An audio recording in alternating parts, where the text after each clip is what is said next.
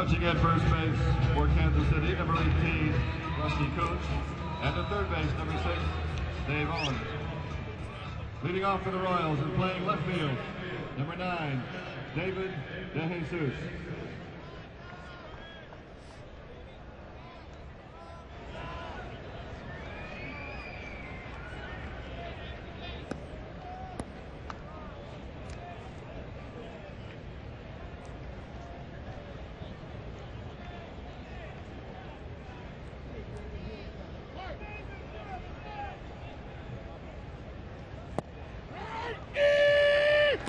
First pitch, 12:37. 80 degrees. Very nice.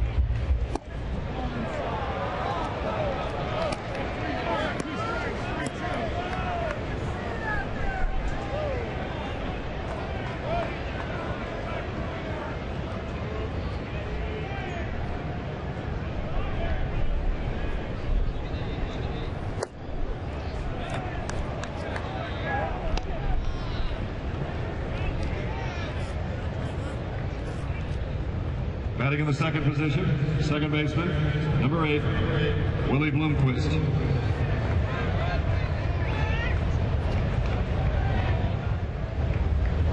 You're looking at a total of 27 innings. He had walked only 7 batters. But the leadoff man is aboard, and here's Bloomquist. He can play a variety of positions. Batting .251, right-hand hitter, 4 homers, 25 driven in.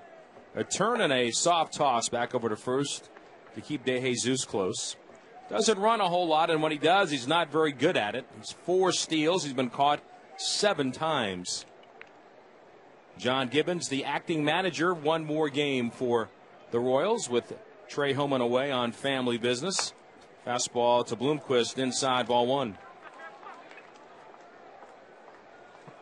Willie, in the opener of the series, played right field for Kansas City. He can play 3 infield positions. He could probably play anywhere. But typically he plays 3 infield positions, second, short, and third, and all 3 outfield positions. 1-0 pitch, the runner goes. The throw by Powell's a bit high. The tag applied, and it's in time by Pennington coming over to get DeJesus. The quick feet and the quick release of Landon Powell, and a good tag by a reaching Pennington on the high throw eliminates DeJesus for out number 1. Still amazing the way Landon Powell continues to do so well behind the plate with so little activity. I mean, the timing and the quick feet, just like you mentioned, the quick release, and really his job is to get the ball to second as quickly as possible. He did that, and a great play by Pennington for the out. And there's Jim Joyce in the background bellowing a strike call to Willie Bloomquist, a sinker on the inside corner. And it's 1-1. Just underway, first inning, no score. Back to the windup, and Captain Trevor tries a fastball darting away for ball 2. I want to send out a pack of Ricola to Jim Joyce following the game. Here comes the 3-1 offer. Line up the middle, past Cahill, through to center field, a base hit. Had Trevor sprawling on the front slope of the mound as the line drive went past him. And for Bloomquist, that is his first hit in the series. You know, usually you'll go in a major league clubhouse after the game, and the pitchers that day are covered in ice, usually on their shoulders and their elbows.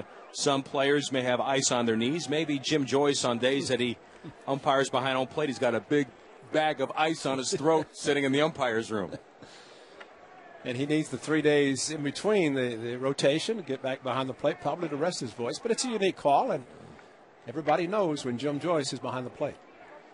So Trevor back on top of the hill. Now Bloomquist is a more accomplished base stealer than De Jesus. De Jesus was just caught for the 8th time.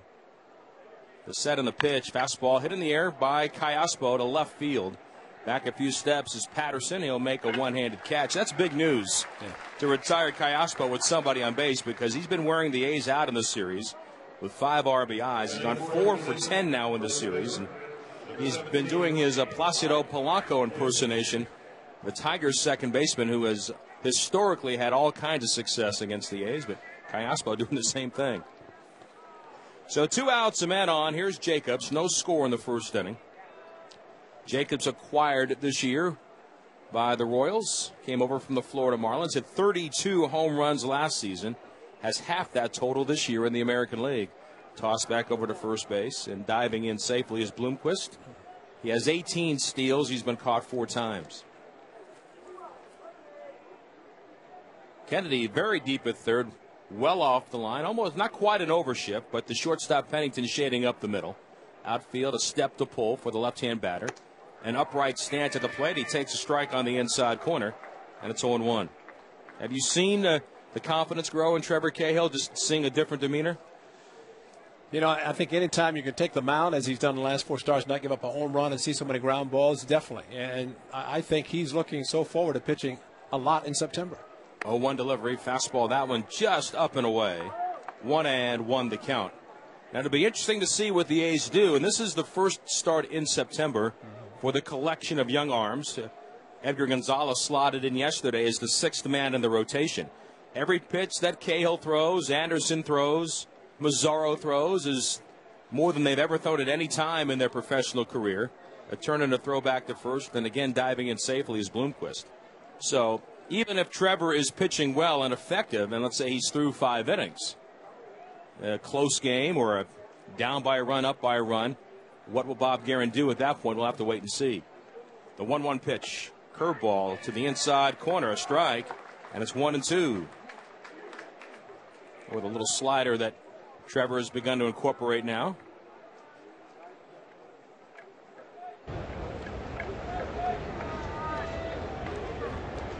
Jacobs with 16 homers, 48 driven in. He was 0 for 4 in the series to this point. Slightly open stance. And the 1-2. Changeup. He mishit it and cued it foul off the end of the bat. Trickles out behind home plate toward the A's on deck circle. And I think that's the pitch that he is really happy with, the changeup. And since he's abandoned the curveball and really throwing a very good changeup, takes the hitters off the 2-seam and the slider. And it really just adds a different dimension to it. Brian Pena waiting on deck. Here comes the pitch. Swung on broken bat flare in a shallow right. Going out Ellis over the shoulder. Makes an outstanding catch, and that ends the top of the first inning for Kansas City. No runs, a couple of hits, a man left. Midway through the first, the Royals nothing, and the A's are coming up. For the professional painter, paint is everything.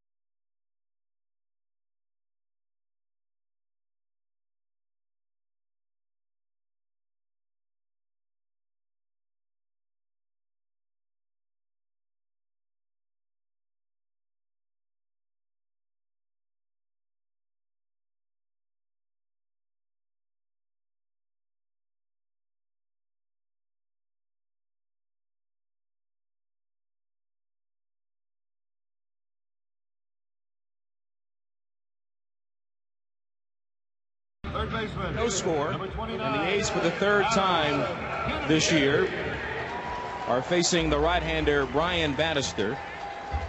28-year-old, son of Floyd Bannister, longtime big league pitcher. Went to the University of Southern California. Now makes San Ramon his winter home. Originally property of the Mets. Came over in December of '06 to the Royals in a deal for Ambergoris Burgos. His pitch is low from Bannister, ball one. He has been winless in his last 5 starts. He's gone 0-4 during that time. Facing Adam Kennedy. Batting .276, 10 homers, 50 RBIs. And Bannister misses low, ball 2. 2 balls and no strikes. Against the A's lifetime, he is 1-3. Right-hander with the glove in front of the chest, the turn, and the 2-0. He delivers above the belt. And now quickly behind Adam at 3 balls and no strikes. Rajai Davis, Ryan Sweeney to follow. 3-0 pitch taken all the way. A strike right through the heart. Ambergoris Burgos. Where is he now? Yep, I agree. That's exactly where he's at. Here's the 3-1, and it's inside and low, ball 4. Good eye for Adam Kennedy to start the game for the A's as he walks against Bannister, who came in with a mark of 7-11, a .460 earned run average. Twice this year against the A's. May 13th, he lost 7-2. Left the game here after blanking the A's for the first 5 innings. In the 6th with a stiff shoulder. And then in Kansas City in early August on the 7th, allowed 7 runs in 4 innings of work. Here's Rajai Davis. He takes a cutter, missing outside, ball 1. That has been a primary pitch for Bannister. One that he may have gotten away from last year, as he had remarkable numbers in 2007 and tried to maybe force the issue a little bit last year. Here comes the 1-0. Swung on, lifted out of play to the right side. Defensively for the Royals, they've got Mike Jacobs at first base, Willie Bloomquist at second, Yuniesky Betancourt the shortstop, and Alberto Callaspo at third base. Brian Pena behind the plate. In the outfield, David DeJesus in left, Josh Anderson in center, and Mitch Meyer is in right. Bannister stretches his 1-1. Hit in the air to right center field, in the alley. On the run is Meyer into the gap, and he can't get it. It's going to short hop the wall at the 362 sign. Kennedy's at third base. They're going to hold him up into second base with a double as Rajai Davis. Rajai with his 4th hit in the series as he drives one in the alley the other way against Brian Bannister. The A's try to strike early here against the Royals right-hander. So much for a fractured right thumb. He has not missed a step. He missed 1 game, but he has been playing outstanding baseball. And I thought Adam Kennedy might have a chance to score. The ball came back to Meyer very quickly because Adam read it perfectly, and that's not surprising because he is such a great base runner. Except that nobody out. Mike Gallagher did not want to force the issue. And now here's Ryan Sweeney. He takes inside, almost unbuckled his belt for ball 1. Mike Gallego, the A's third base coach. Todd Steverson is over at first. So Rajai, who had a home run in the first inning last night, over the wall and left, goes to the other field. A double to right center here this afternoon. 1-0 pitch. Softly hit the center field. That's going to drop for a hit in front of Anderson. It's going to score 2 runs. Kennedy, and behind him is Davis. A 2-run single for Ryan Sweeney. He's driven in 39 on the year, and the A's jump on Bannister early and lead it 2-0. And again, great base running by Rajai Davis. Once he saw the way the ball was hit, broken back by Ryan Sweeney, and Rajai Davis with his speed able to turn it on. No throw from Anderson. So very quickly, good base running by the A's. Clutch hitting by Ryan Sweeney. And something the A's couldn't do last night. They were looking. Wow. They had plenty of opportunities, and I think everybody in the lineup could look at themselves in the mirror because there were chances that seemed like 1 through 9 at some point in the game where they could have made an impact. Now Cusk with nobody out, batting .237, 20 homers, 58 driven in, and Bannister starts him off with a BP fastball, a little changeup away for strike 1. Jack 1 for 6 in the series. Overshipped on, 3 infielders on the right side for Cusk. Outfield plays him the pull. And the next delivery in the dirt, good block by Pena, keeping it in front as he moved behind the left-handed batter's box. It's 1 ball and 1 strike.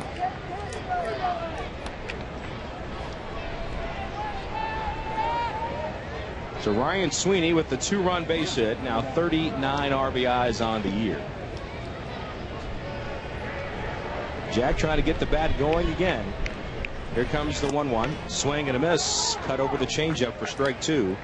1 ball, 2 strikes. Typically, we see the overshift on the infield against Jack, but the outfield shifts the other way toward left center. But that's not the way John Gibbons is playing it for the Royals in this series. It's got Josh Anderson over toward right center, and Meyer maybe a step toward the right field line. Sweeney's breaking a second. The pitch is low. The throw by Branyan is a bit off the mark. No tag in time by Betancourt, and Sweeney's got a steal. His 6th of the year. Brian Pena, just what we saw in Kansas City. They're trying to see what he can do. A little bit of a sidearm throw to second base, and takes a little bit extra time with a little bit of a sidearm and gets movement. Ball heading back in towards the runner coming into second. The 2-2 to Jack. He serves one out of play to the second deck behind third base. Stays 2 balls and 2 strikes. A 2-0 Oakland lead here in the first inning.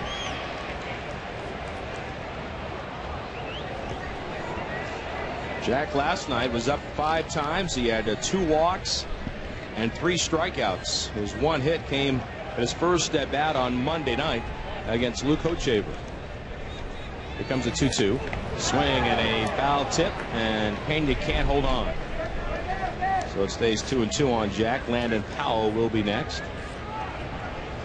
For Bannister, when he came over to the Royals in that 2007 season, he had a .387 ERA, a 12-9 mark in 27 starts. Then last year, took a step back, went 9-16, a .576 ERA. Some say he got a little preoccupied with attempting to become more of a strikeout pitcher. Not really his strength.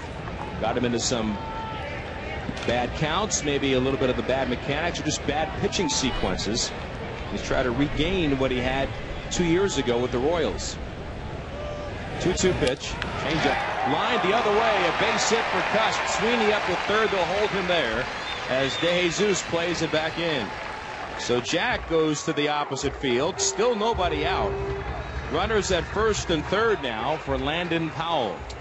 You see too many times where a hitter gets a runner at second base in less than 2 outs and trying to move him by trying to pull the ball with so much area to the left field side. And Jack Cust got a pitch outside. No way he could pull it. Take the base hit. He's at first. Now it's first and third. And especially with the overshift on for Jack, just the one infielder on the left side, and that was Cayasco. Now Powell, he's getting the start today behind the plate. Kurt Suzuki getting the first part of this afternoon's game off. Landon Powell batting .255. 4 homers, 23 driven in. Switch hitter batting left, takes up and in for ball 1. Speaking of Kurt Suzuki, he was officially nominated today by the Oakland Athletics for the Roberto Clemente Award. Today is Roberto Clemente Day around Major League Baseball. One of the 30 nominees in the league. A swing and a foul back by Powell. 1 ball and 1 strike. Recognizing on-field contributions for sportsmanship and community involvement, and of course Kurt and his wife Renee. We've talked about it quite a bit this year, and we're reminded one more time this past weekend when the A's were in Anaheim with John Wilhite throwing out the ceremonial first pitch there. John, the close friend of Kurt Suzuki from their days at Cal State Fullerton. John, the lone survivor in the Nick Adenhart tragedy first week of the regular season. A swing and a bouncer outside of first base by Powell. That's 1 ball, 2 strikes. Raised over $61,000 for the efforts to help the Wilhite family with the incredible medical bills that are ahead of the Wilhite family. We met John and the family here, saw them again down in Southern California, always in great spirits. A swing and a line drive foul past first base and toward the Royals bullpen, and stays 1-2. Tim Meade with the Angels told me after the ceremony, which I thought the Angels did a good job. He said a lot of that happened because of what the A's did here. He said Angels were in town when John threw out the first pitch, caught by Kurt Suzuki, and Jim said they liked it so much they wanted to do the same thing in Anaheim, and they did that last weekend. 1-2 offer. Check swing on a curve down. They'll ask at third. The answer is no for Mike Estabrook. So 2 balls and 2 strikes. I think the A's had their day for John sometime in June, And then we're looking at late August when he threw out the ceremonial first pitch again. I thought he looked physically a lot stronger, which was great to see. Progress being made. 2-2 pitch, swing and a miss. Powell can't believe he chased one off the outside corner. A changeup floating away. And that is out number 1 of the bottom of the first inning. The A's leading it 2-0. And now here comes Mark Ellis. Excellent circle change by Bannister, and a lot of movement going away from the left-hander. And you're right, Landon Powell has a very good eye, very patient, and has to be shocked that he didn't make contact to get the run in. Mark Ellis batting .280. 6 homers, 46 RBIs. Right-hand batter. Standing in against Bannister. The infield looking for 2. And the first pitch is popped up out of play to the right side. Giving chase is Jacobs. It's into the seats. And that's strike 1. How important is the offseason for Landon Powell, Ray? I mean, he got his first taste of Major League Baseball. He's trying to continue to improve his health and maybe get in a little better physical shape to potentially do more. Well, I think he has done a remarkable job, and sure, he's going to be prepared for next spring. 0-1 delivery. Fastball just did graze the outside corner. And it's 0-2 to Ellis. And I think as long as Kurt Suzuki is here, even though he wants to play more, Landon Powell, he's going to do pretty much the same thing he's done this year. Back up Kurt Suzuki, because Suzuki is going to catch at least 130, 135 games minimum. Here's the 0-2. Curveball hit in the air to left. Should score the run from third base. Back a few steps. DeJesus. He'll make the catch. Sweeney tags from third. And DeJesus will surrender the run. He throws into second base. Sweeney is across the plate. Sacrifice fly RBI for Mark Ellis, his 47th of the year. Oakland now leads it 3-0. Situation hitting has returned this afternoon. Well, it just shows you the strength of Mark Ellis, just so patient, and got an off-speed pitch mid-70s, but waited with the pitch inside and pulled it deep enough to score the run after Bannister nailed the outside corner for strike 2. Now here's Derek Barton. And Bannister's first pitch swung on to miss, came down and in on the left-hand batter. And that's strike 1. Well, I think, though, with Landon Powell, maybe potentially not necessarily behind the plate, but maybe some starts at DH, maybe even a start or 2 at first base. Here's the 0-1. Bunted by Barton, third base side, barehanded by the pitcher Bannister. Steps and throws to first. And that retires the side. Not a bad idea by Derek, but not close enough to the line to get the bunt base hit. But 3 runs home for the A's on 3 hits. And we're on to the second inning with the A's in front 3-0.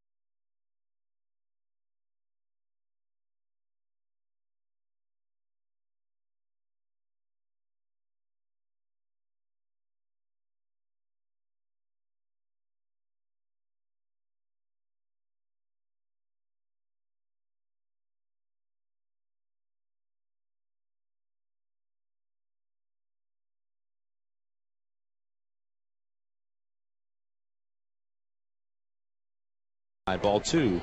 Pena batting .291, 5 homers, 13 driven in. Splitting the majority of the time behind the plate with Miguel Olivo. He's hit 17 home runs. Fastball up and away to Pena. 3 balls and no strikes. Pena doesn't walk a whole lot, only 7 times this year, and just under 120 at bats. The Cuban player takes ball 4 high, and he's aboard to start the inning. Second inning in a row that Trevor's begun the frame with a free pass.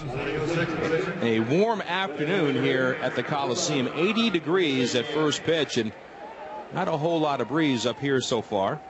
Here comes Jose Guillen. He was activated yesterday by the Royals and struck out pinch hitting against Jerry Blevins, who was activated, or actually called up from AAA yesterday. First pitch is low to Guillen. Ball 1, and now Landon Powell's out to the mound to pay a quick visit to Trevor Cahill. Boy, Jose was he was up there swinging. He hadn't played since July 22nd. He was trying to get all the at-bats back in one time at the plate against Jerry Blevins. And it was great to see Blevins last night, Ray. Dial it up there, 93, 94 miles an hour. A right knee ligament tear, which is what shelved Guillen for a good chunk of the season. And a major power source gone for the Royals. 1-0 pitch, fouled back over the screen against the former Athletic. 1 ball and 1 strike. And of course, Jose knows with the money the Royals paid him with a 3-year contract that he has not put up the numbers that he had hoped himself. And of course, the Royals also. But injuries played a part of that. Surprising because he usually plays every day. 1-1 pitch, good changeup, a wave and a miss. He cut over it for strike 2. And when he's with the Athletics, played with a broken bone in his hand. Tough to get him out of the lineup. 45 games in 2003 with the A's, had 8 home runs with the Athletics. He had 20 last year for the Royals, drove in 97.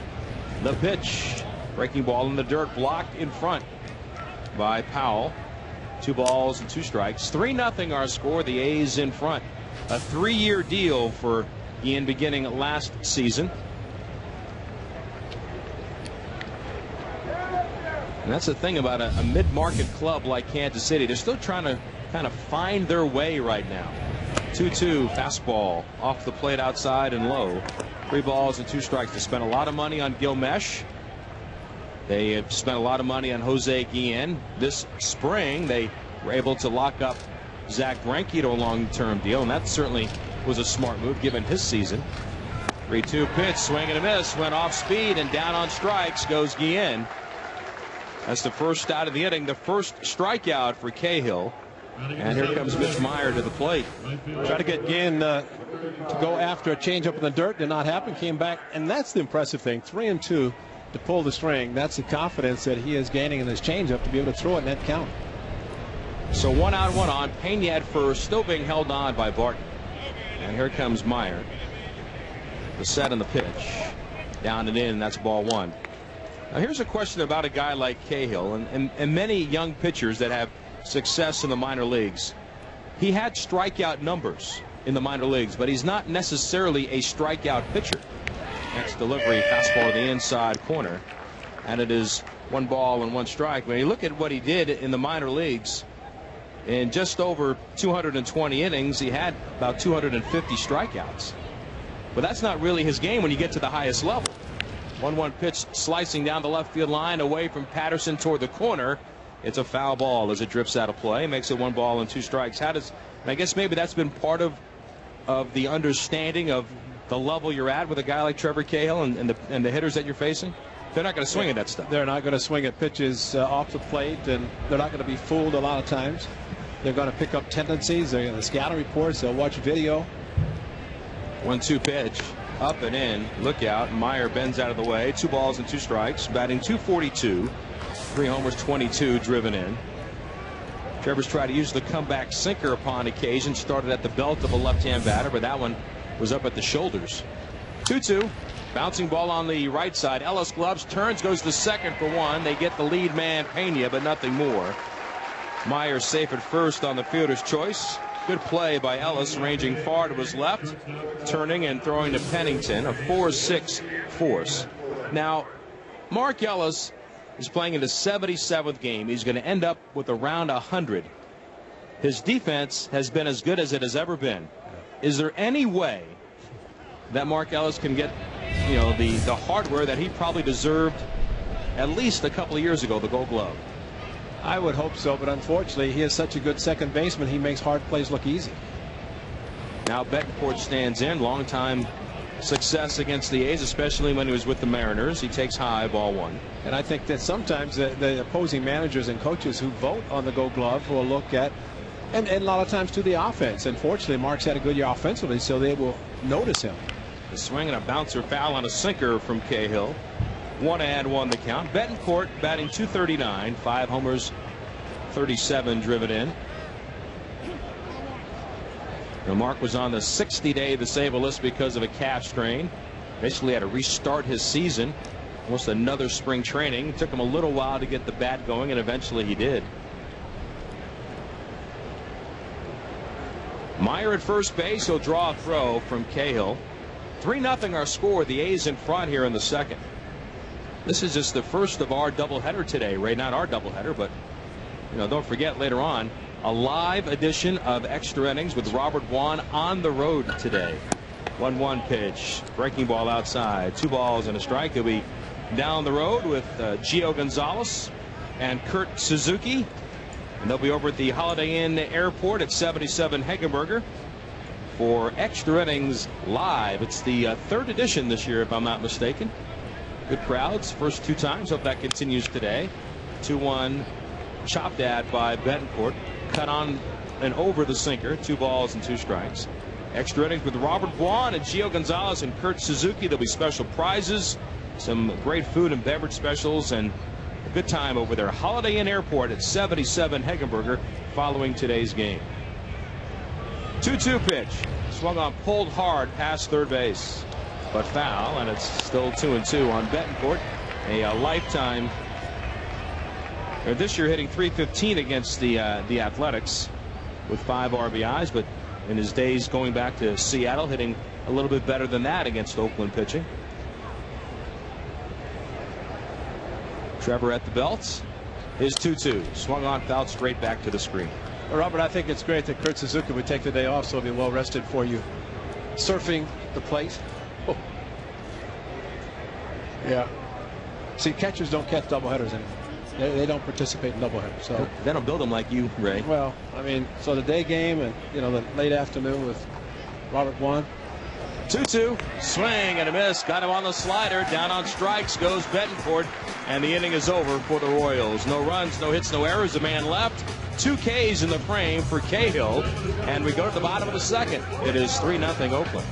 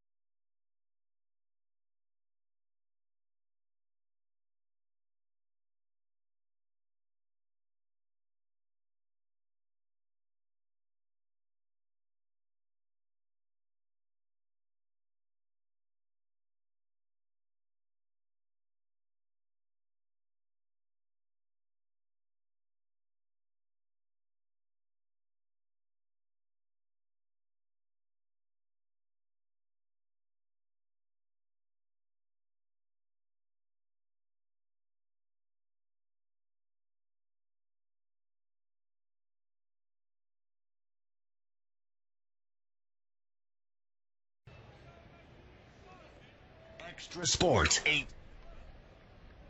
Cliff Pennington's going to start the bottom of the second. The A's in front 3-0. Facing Brian Bannister, then Eric Patterson, the 9-hitter.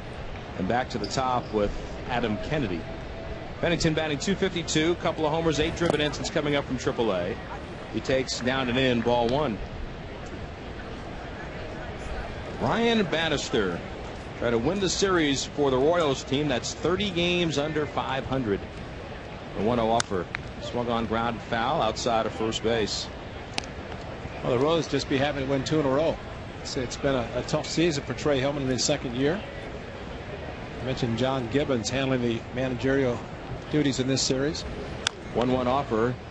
Chopped up the first baseline again out of play, and it's 1-2. Well, they've had a tough year. They've had an inconsistent bullpen, and they've had some key injuries. Coco Crisp, who they acquired earlier this year, went down with a shoulder problem. 1-2 pitch blooped in a shallow center field. Going out for it is Bloomquist. He'll call for it, and from second base he'll make the play, and there's 1 out. Mike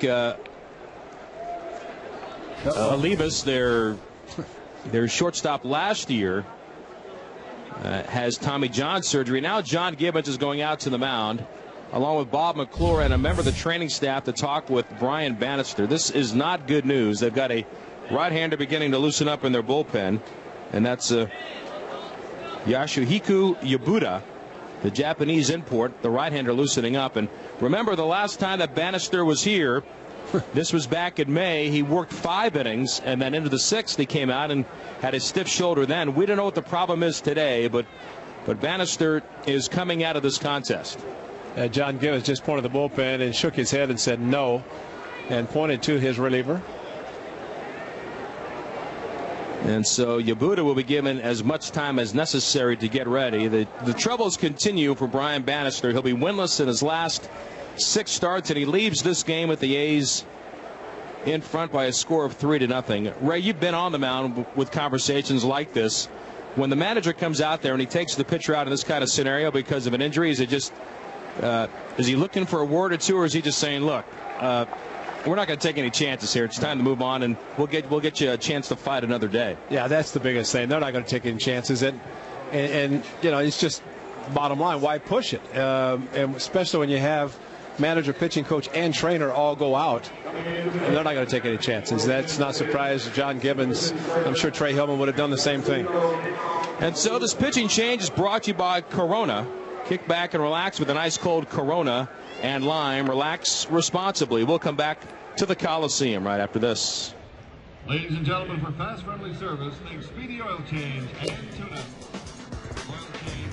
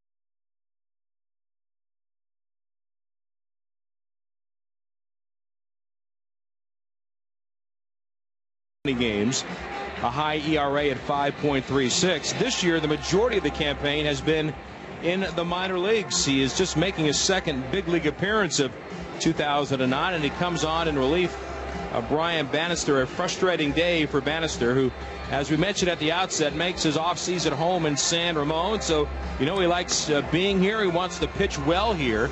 But today he leaves after an inning and a third.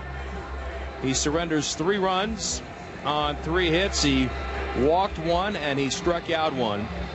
And now Yabuda comes on, and he is ready to go to face Eric Patterson with Oakland in front 3-0. Bottom of the second inning, 1 out and nobody on base.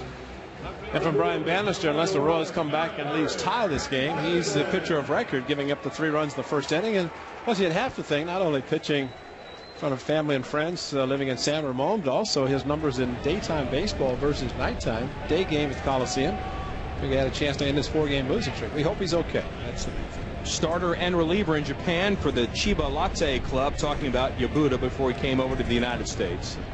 He works out the stretch. The right-hander's pitch is over for a strike. It's 0-1. To Eric Patterson, batting .182 with 4 RBIs.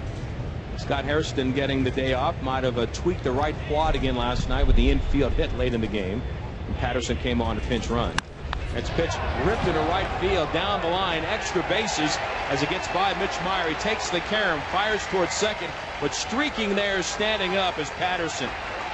Well, 51 extra base hits in the minor leagues from Patterson, and the A's want to see what he can do on the major league level.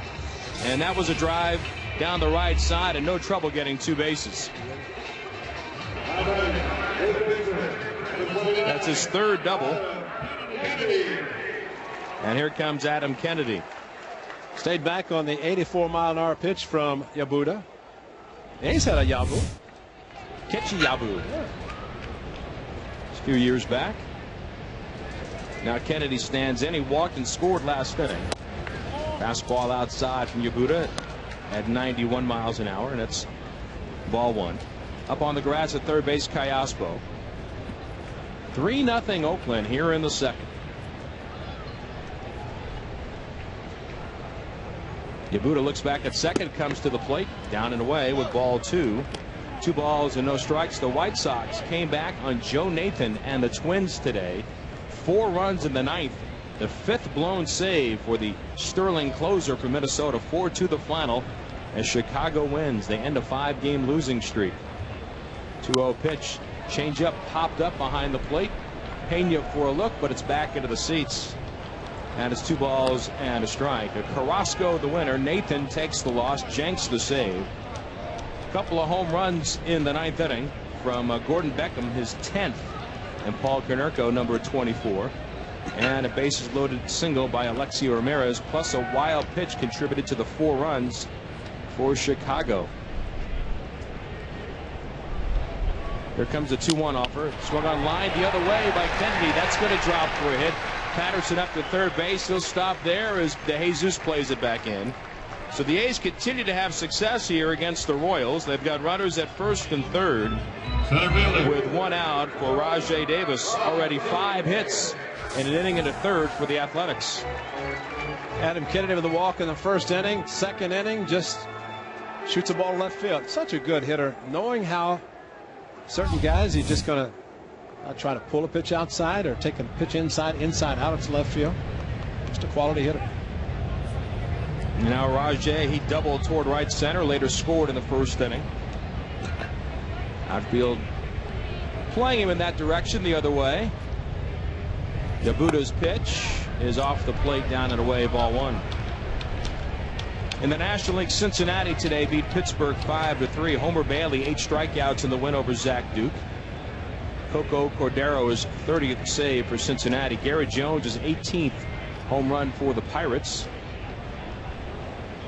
1-0 pitch over at the belt for a strike, and it's 1 ball and 1 strike for Jones.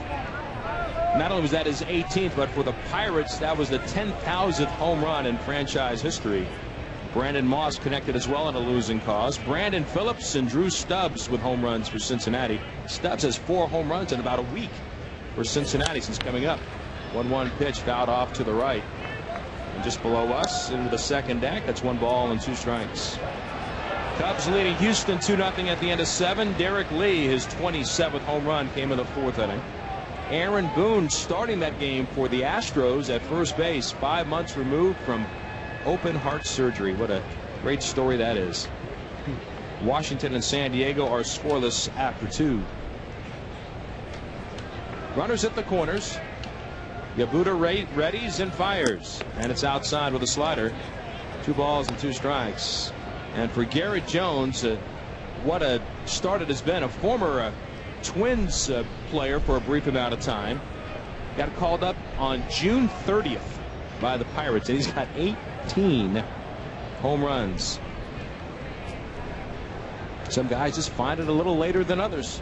Just ask Rajay Davis. 2-2 pitch. He hits one foul off to the right out of play. 2 balls and 2 strikes. Rajay enjoying his finest season so far, and even that didn't really get going until the second half. Rajay will turn 29 when the season is over on October 19th. He's got a crack at batting .300 on the season. Sitting at .296 at the moment. 2-2. Breaking ball hit toward right field. Back to tag at third base is Patterson. Making the catch is Meyer. Charging in, makes the throw. Here comes Patterson, and the ball is cut off by Jacobs at first base. Eric slides in safely. Another sacrifice fly for the A's, and they add on. They're now in front 4-0. And Meyer should have just thrown the ball back into second. He was not going to throw out Eric Patterson, even if he had made a strong throw, which he did not. So Rajay Davis continues with a couple of strikes, fighting off tough pitches, and gets one that he can hit deep enough to score the runner. 2 outs now for Ryan Sweeney. He drove in 2 in the first inning. With a base hit up the middle, also stole a base and later scored. 4 runs on 5 hits for the A's. Yabuta to the plate, and the off-speed pitch, a change is low, ball 1. You know, the A's came into this game in about the last 2.5 weeks struggling to score runs, averaging just over 3 runs a game, but they've already eclipsed that number today with a lot of baseball still to be played. And the 1-0. Fastball strike to the outside corner. 1-1 the count. The A's will see the Mariners beginning tomorrow. Brett Tomko on the mound for the A's, an ex-Mariner, against Ian Snell at 7:05. The pitch, fastball, runs inside on Sweeney, and it's ball 2. 2 balls and a strike. The A's are trying to finish their season series against Kansas City at 6-2. Outfield playing the left-hand batter to pull, and the 2-1 offer. Swung on, grounded sharply up the middle into center field for a hit. Up to second base is Kennedy. So Sweeney has 2 hits in his 2 trips to the plate.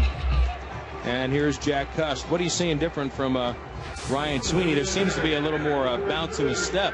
Just a little more aggressive. I think he's just basically, as he said in Kansas City when the A's were there in early August, he wanted to be a little bit more aggressive, hit a couple of home runs there, and I think we're starting to see more and more of the potentially great hitter that he's going to be. Just his second year of getting a chance to play every day, and I think he's only going to get better, and especially hitting the long ball. Here comes Jack Cust, 2 on, 2 out. A's in front 4-0. Overshift on for Jack. 3 infielders on the right side. And Yabuta's first delivery is down and in, ball 1. Brian Bannister left the game with an apparent injury. Have not received word yet from the Royals clubhouse on the extent of the injury for Brian. Here's the 1-0. Off speed, low. 2 balls and no strikes.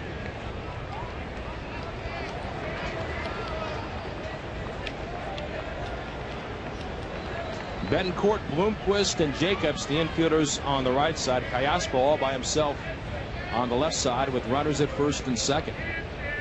The 2-0. Changeup down low. 3 balls and no strikes. Ray, when is the time right for a hitter to think about maybe expanding their strike zone to drive in a run? Day one. I mean, especially with, I know you're talking about Jack. 3-0 pitch. It's low and outside, ball 4. Well, I mean, you could talk about Jack. He had that situation. Many of the A's did last night. Right. And now the bases are loaded for Landon Powell. But don't the guys that are perennial run producers, don't they find time? They pick times in the game based on the situation where maybe I won't mind hitting the ball at the opposite field or look for an opportunity just to make contact. Torrey Hunter did it Sunday in Anaheim. Got a first pitch fastball out of the strike zone from Brett Anderson and hit a 3-run home run. Of course, he's ultra aggressive anyway, but I think all hitters should do it, just especially with runners in scoring position. Powell stands in, no place to put him. He takes a changeup outside, ball one. That was the pitch against Brian Bannister that he went down on strikes in the first inning. But the A's have a 4-0 lead, and they can really bust it open right now. With Cust at first, he walked. Sweeney at second, he singled. And Kennedy at third, he singled as well. Yabuta's 1-0 pitch. Sinks low with a fastball. 2 balls and no strikes. Gene Tennis was with the A's in the early 70s. He'd walk 100 times a year and would plead with Gino. Swing the bat. He'd take pitches just off the plate, and they were called balls because he had a great eye. But so many times he could have been driving the runs, and I think so many hitters in that situation, it's much easier to put the ball in play to try to drive the runner. The 2-0 to Landon. He swings and drives it, but it's foul past first base. A crisp line drive right toward the Royals bullpen, and it's 2 balls and a strike. Well, it's September baseball. Teams are watching the scoreboards, and we've just received some news that Texas has got a pretty significant blow to overcome. Michael Young, we're told, is going to be out for 2 to 3 weeks with a hamstring strain that he suffered in Game 2 yesterday in the sweep against the Toronto Blue Jays. The 2-1, and it's taken inside and low. 3 balls and a strike to Powell. You wonder why clubs don't play doubleheaders. Had an 18-game hitting streak come to a close in the first game. Played in the nightcap. That is a big blow. They play the Blue Jays tonight. Here comes the 3-1. Fastball belted deep right center field. Anderson gives a look. Landon Powell has hit a grand slam. Off the back wall in deep right center field. The A's catcher has cleared him off. And the A's now lead it 8-0. Kennedy, Sweeney, and Cust wait for Landon Powell at home plate. He got a pitch to drive, and boy, he did not miss it. His 5th long ball of the year. He now has 27 RBIs as we just witnessed Landon Powell's first Major League Grand Slam. Boy, he did an outstanding job working the count, and this time he did not swing at a pitch out of the strike zone. The 3rd slam this year. Jack Cust, Matt Holliday, and now Landon Powell for the A's. Now Mark Ellis stands in, takes a little cutter outside, ball 1. Well, the A's were looking for some kind of crowning blow to the inning, and Landon just delivered it. 8-0 Oakland, and the pitch is over at the knees. 1 ball, 1 strike. That goes back. I think with that bat, you've got to find a way to see if you can get him more at bats looking toward 2010. Have to get another catcher on a 40-man roster. 1-1 pitch, swung on line to left field, base hit. Yabuta is being roughed up here. Since coming on in emergency relief for Brian Bannister, there's been a double, a single, a sacrifice fly, a single, a walk, a grand slam, and a single. What we're saying is he hasn't really fooled anybody.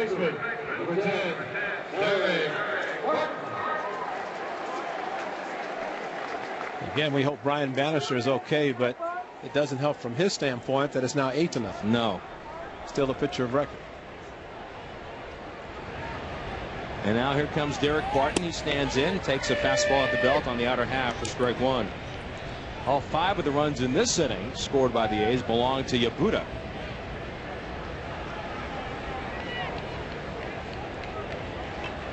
The Royals, following this game against the Athletics, have an off day tomorrow. Then they're home for the Angels and the Tigers. Schedule gets real easy, doesn't it? 0-1 changeup line towards second. Leaping forward is Bloomquist. Nice grab right above his cap, and the inning is over. But the A's bat 9, and they score 5, keyed by Powell blast to deep right center with the bases loaded. On to the 3rd. It's 8-0 Athletics.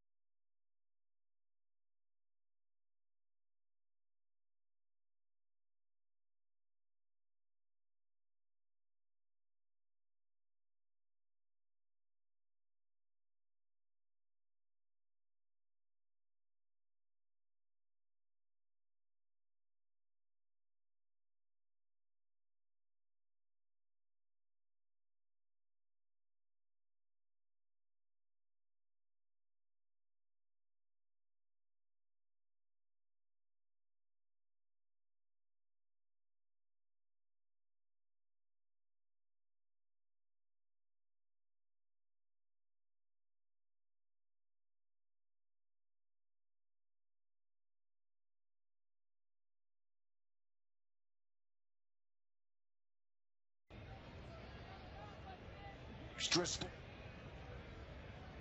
On to the third. The A's lead at 8-0. Here's Ray. Trevor Cahill to Josh Anderson. Anderson's been out here for over an hour, and he finally gets his first at bat of the afternoon. He is 0 for 3 in the series. First pitch strike to Anderson. Left-hander against Cahill, and fouls it back. Count 0-2 quickly. And Trevor Cahill, good news for him that he has the run support, but go back to his start against Kansas City on May the 12th. He also had a lot of run support. A 7-run second inning. There's a line drive up the middle base hit as Anderson took the outside fastball from Trevor Cahill into center field for a leadoff hit here in the third inning. Cahill won the game against the Royals, 6 innings. Final score 12-3. It's a game here at the Coliseum. So he knows how to pitch with a lead, but the most important thing, as we all know with a pitcher who has a lead, is he pitches his normal game. You start throwing a lot of fastballs, and all of a sudden the Royals will have some runs on the board. Back to top of the batting order to De Jesus, who walked to lead off the game, but he was thrown out by Landon Powell. Fastball misses up and away, and the count is 1-0. Matter of fact, the last start for Trevor Cahill against the Angels last Thursday, very similar to today's start.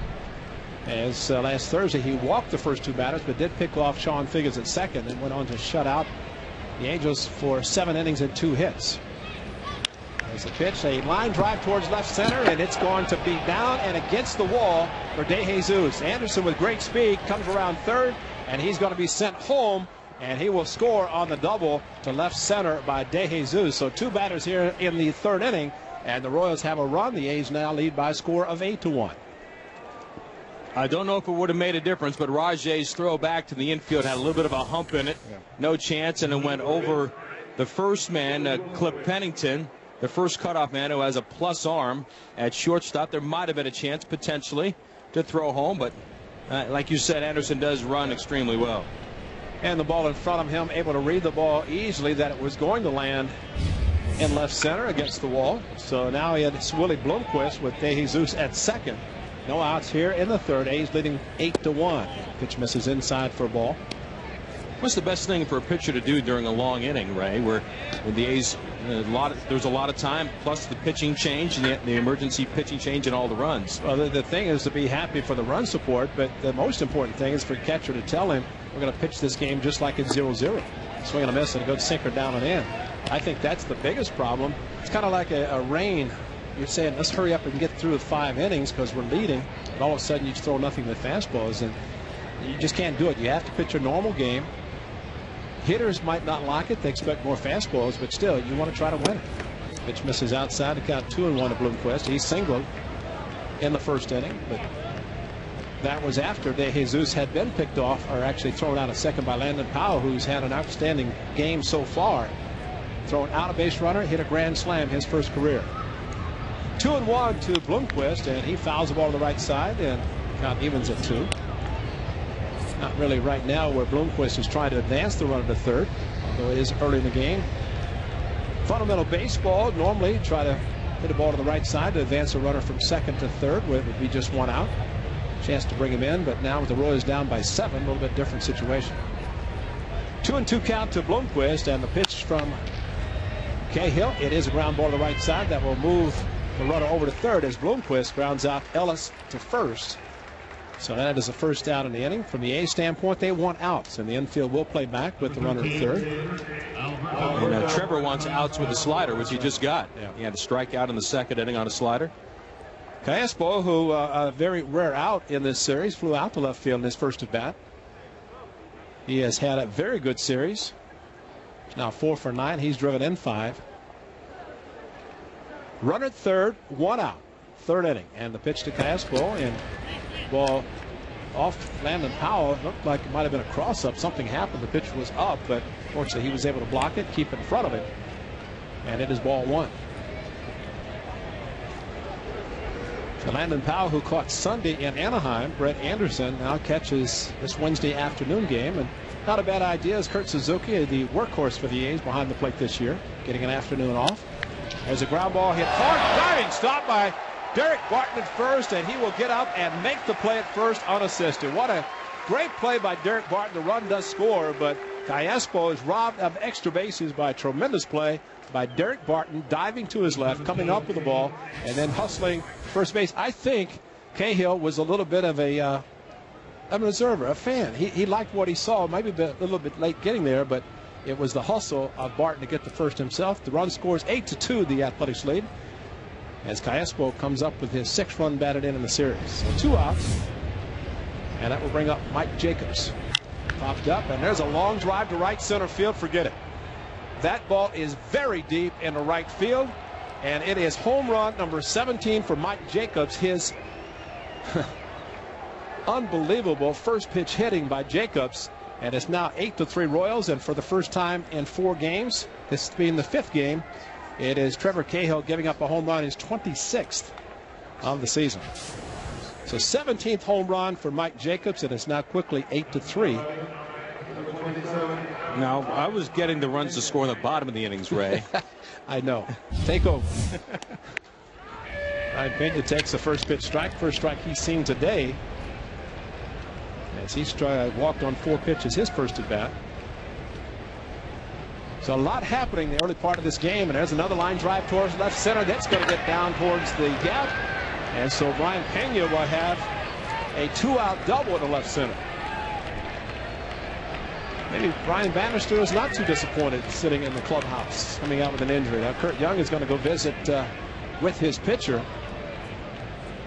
As Trevor Cahill, maybe too much time sitting in the bottom of the 2nd inning because he's given up some rockets in the top of the 3rd.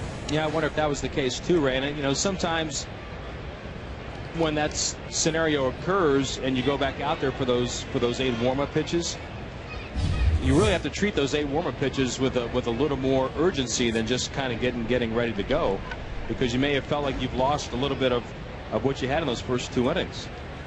Well, and pitchers are now allowed, and he could have, especially with the injury number 11 to Bannister, he could have gone to the bullpen to warm up. And maybe he felt on a warm day, 80-degree first pitch, that he did not need to do that, but it was definitely a long inning.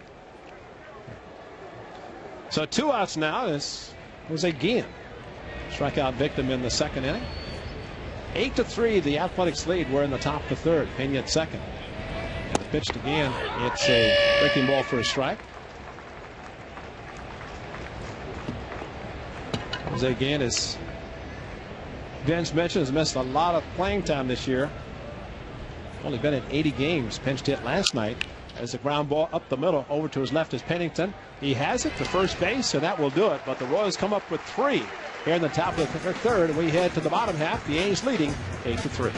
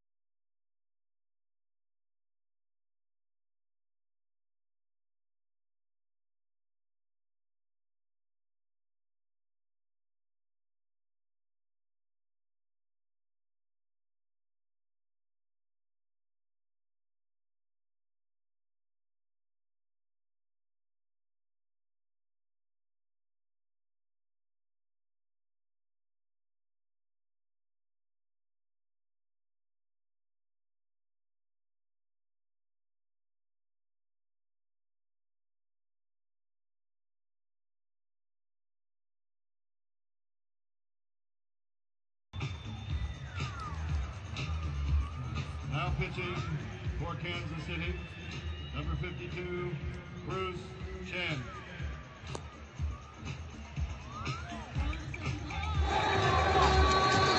Bottom of the 3rd inning as the A's get set to face a new pitcher, and That will be Bruce Chen, who comes on in relief of Buddha, who goes just 2/3 of an inning, gives up 5 hits, 5 runs, a walk and a strikeout. And so John Gibbons bringing Yabuda in, and he could not get out of the inning without allowing 5 runs. So Chen comes on, the lefty out of the bullpen for the Kansas City Royals. Cliff Pennington takes the first pitch inside for a ball. Pennington led off last inning, popping up. And that's when Bannister came out of the game. And a lefty delivers off-speed pitch, misses inside, and count 2-0. Bruce Chen has been around for a while. Broke into the big leagues in '98 with Atlanta. 2-0. I think it was a fastball, but it's off-speed. Looks like a fastball. It is a strike and a count 2-1. He's been in the rotation. He has been out of the bullpen. But as the old saying goes, he's lefting, he's breathing, he's got a job. But trying right now to settle things down for the Royals here in the 3rd inning. Well, his big moment came on the 6th of August against Seattle, home against Kansas City, beating Jason Vargas. He won that game 8-2, his first win since 2005.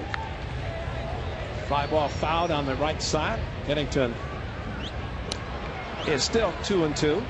That was a year that he had 13 wins for Baltimore in their rotation. 32 of those games he started. Then he was 0-7 the following year.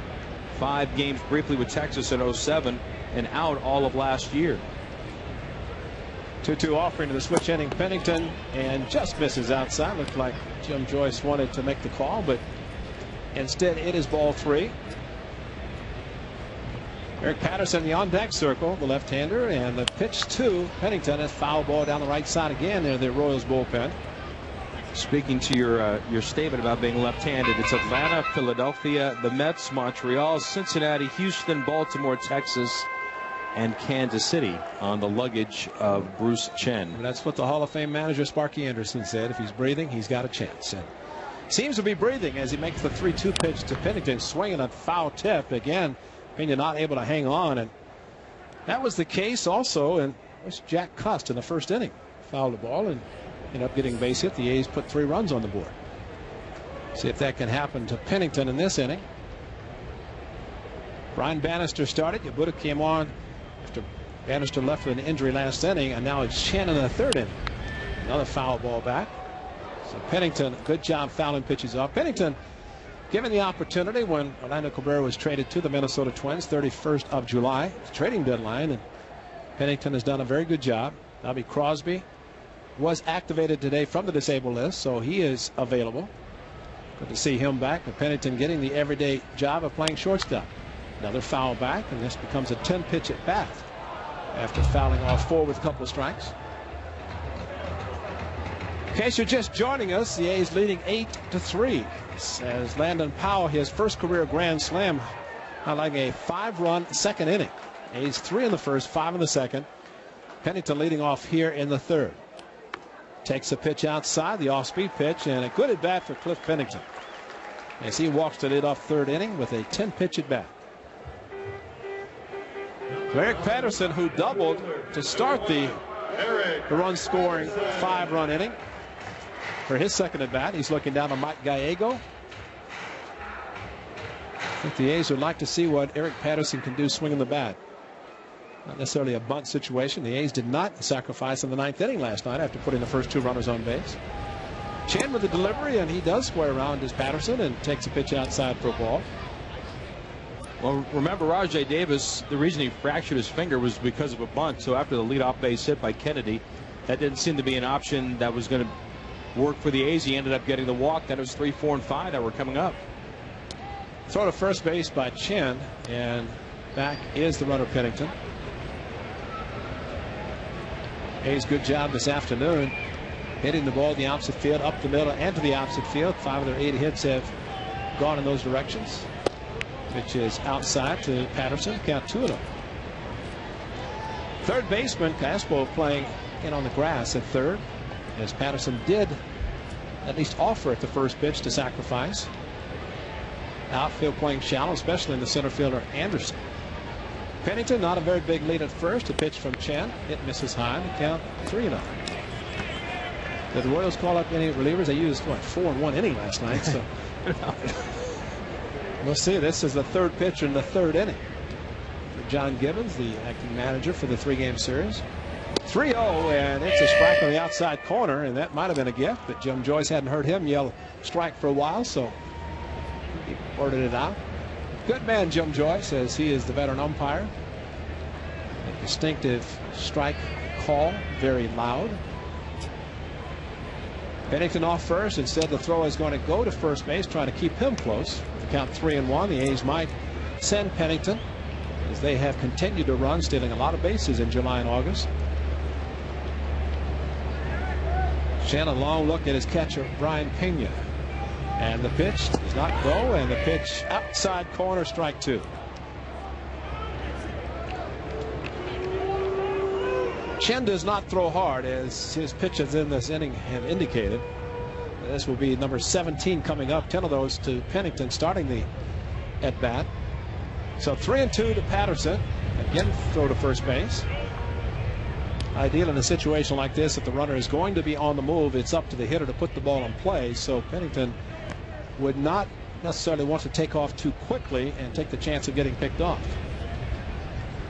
He does run, and the pitch is high for ball 4. So Pennington on the move, but Eric Patterson takes it for a walk. So that's first and second, 2 batters, 2 walks here in the third. A's are leading 8-3, and a conference at the mound with the first baseman Jacobs, who homered in the top of the inning, and Pena's catcher talking to Bruce Chen. Well, the team just made inroads and are trying to get back into the ball game, and the last thing you want to see is to give up just free passes like this. They need effective innings. They haven't had any yet today, and you go back to last night. If this game does get close, and for some reason, if miraculously the Royals are on top late in the game, Joakim Soria probably isn't available because he threw a career-high 45 pitches last night with that 6-out save. I'd say it's very doubtful. There is no way. I saw him after the game. He had ice all over his body. He was willing to work out, and credit to him for an outstanding 2 innings in the 45 pitches. Pitch to Adam Kennedy as he's up for his third at bat in just the third inning. Pitch is outside for a ball. Maybe with the off day tomorrow, he might be able to give you a batter or something along those lines. But how about Jonathan Papelbon last night? Bases loaded, nobody out in the 8th inning, and he ended up with a 6-out save. Chen to Kennedy. The outside corner is a call from Jim Joyce. Kennedy perfect on the afternoon. A walk. He scored a run in the first. A single in the second. He also scored. A's have collected 8 hits in this game, scoring their 8 runs. 2 runners on. Off second is Pennington. Now Chen, a look back, fakes him and gets him back to second base. Middle infielder's not holding Pennington at second. First and second, Adam Kennedy with a count of 1-1. Bruce Chen, and the pitch to Kennedy. Swing and a miss. And that is 1-2, but no big problem for Kennedy. He's a very good 2-strike hitter. Chen has made 8 starts this year on the season, 1 for 6, his 14th appearance. With a .529 earned run average coming into this afternoon's game. And he is in relief of Brian Bannister, who had to leave last inning after 1 batter. Pitch to Kennedy, line drive, base hit to left field. What a surprise. Outstanding hitting again by Kennedy as he takes the outside fastball from Chen to left field. And that will load the bases. The ball was hit too hard for Pennington to score from second. So once again, the A's with the bases loaded. Last time that happened, last inning, Landon Powell, his first career grand slam. So Adam Kennedy 2 for 2 with a walk. Another opposite field hit, moving Pennington to third, Eric Patterson to second, and brings up Rajay Davis, who has doubled, scored a run, and a sac fly his last at bat, which was last inning. Infield at the corners, Jacobs at first, Hansmo at third, even with the bag. Ground ball to either the first or third baseman or the pitcher. They would go to the plate.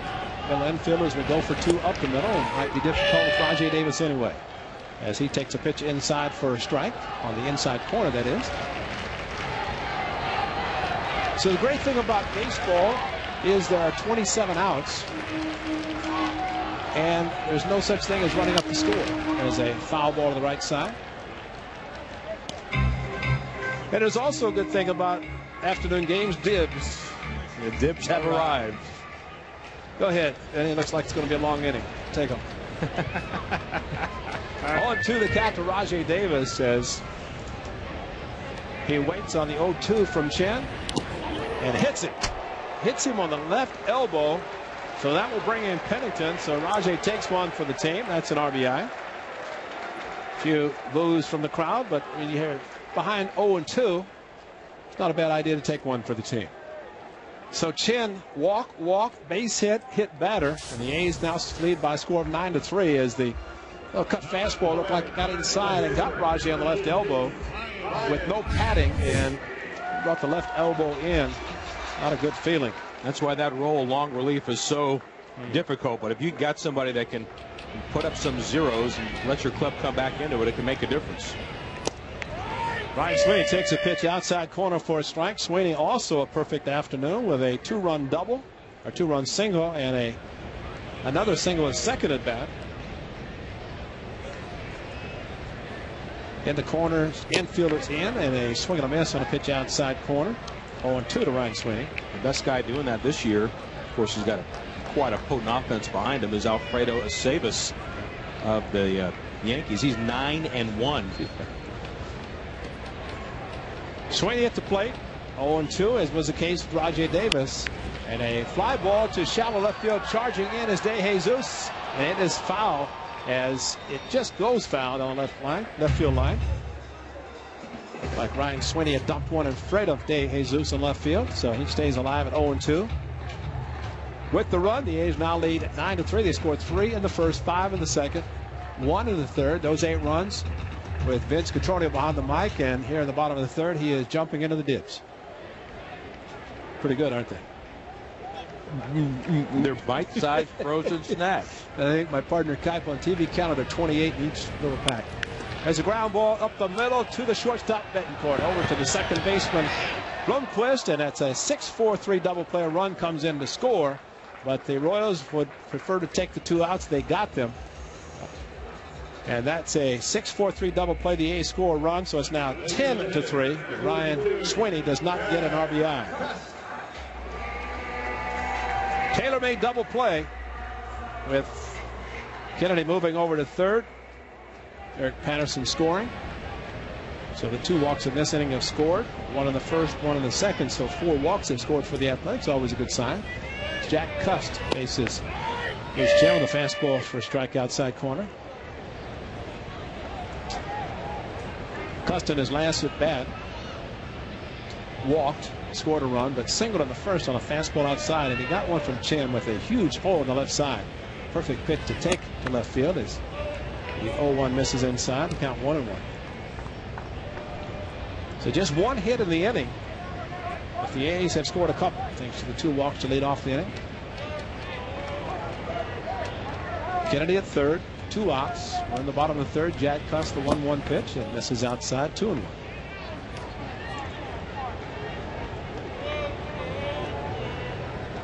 Flew a few clouds, as right now it's a warm, but the sun is not peeking through, so it makes it pretty easy for the hitters to see the ball. Jack Cust saw that one, and it misses outside, and the count 3-1. At the rate of this game, the Marine layer will be in. I was just going to say that, and I can't wait. Big Jack Cust waits on the 3-1 from Bruce Chen, and outside corners the call, and the count 3-2. Oh, I forgot the count. I should need to open.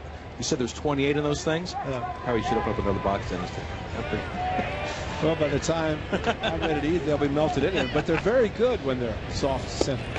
Strike 3 called outside corner. Jack Cust can't believe it. But it is strike 3. It ends the inning. The A's come up with 2. We head to the 4th. A's lead it 10-3.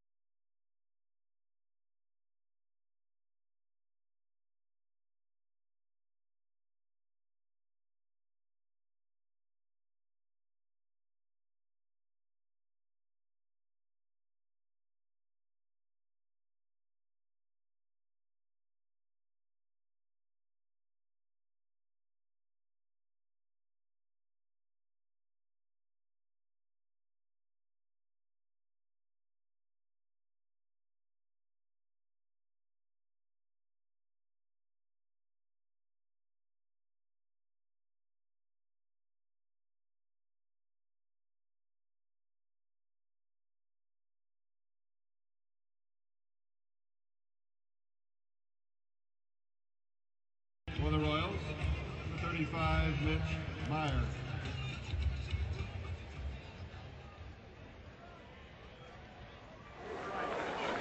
Well, before we start the top of the fourth, let's pause for station identification. It's Oakland Athletics Radio Network. KG.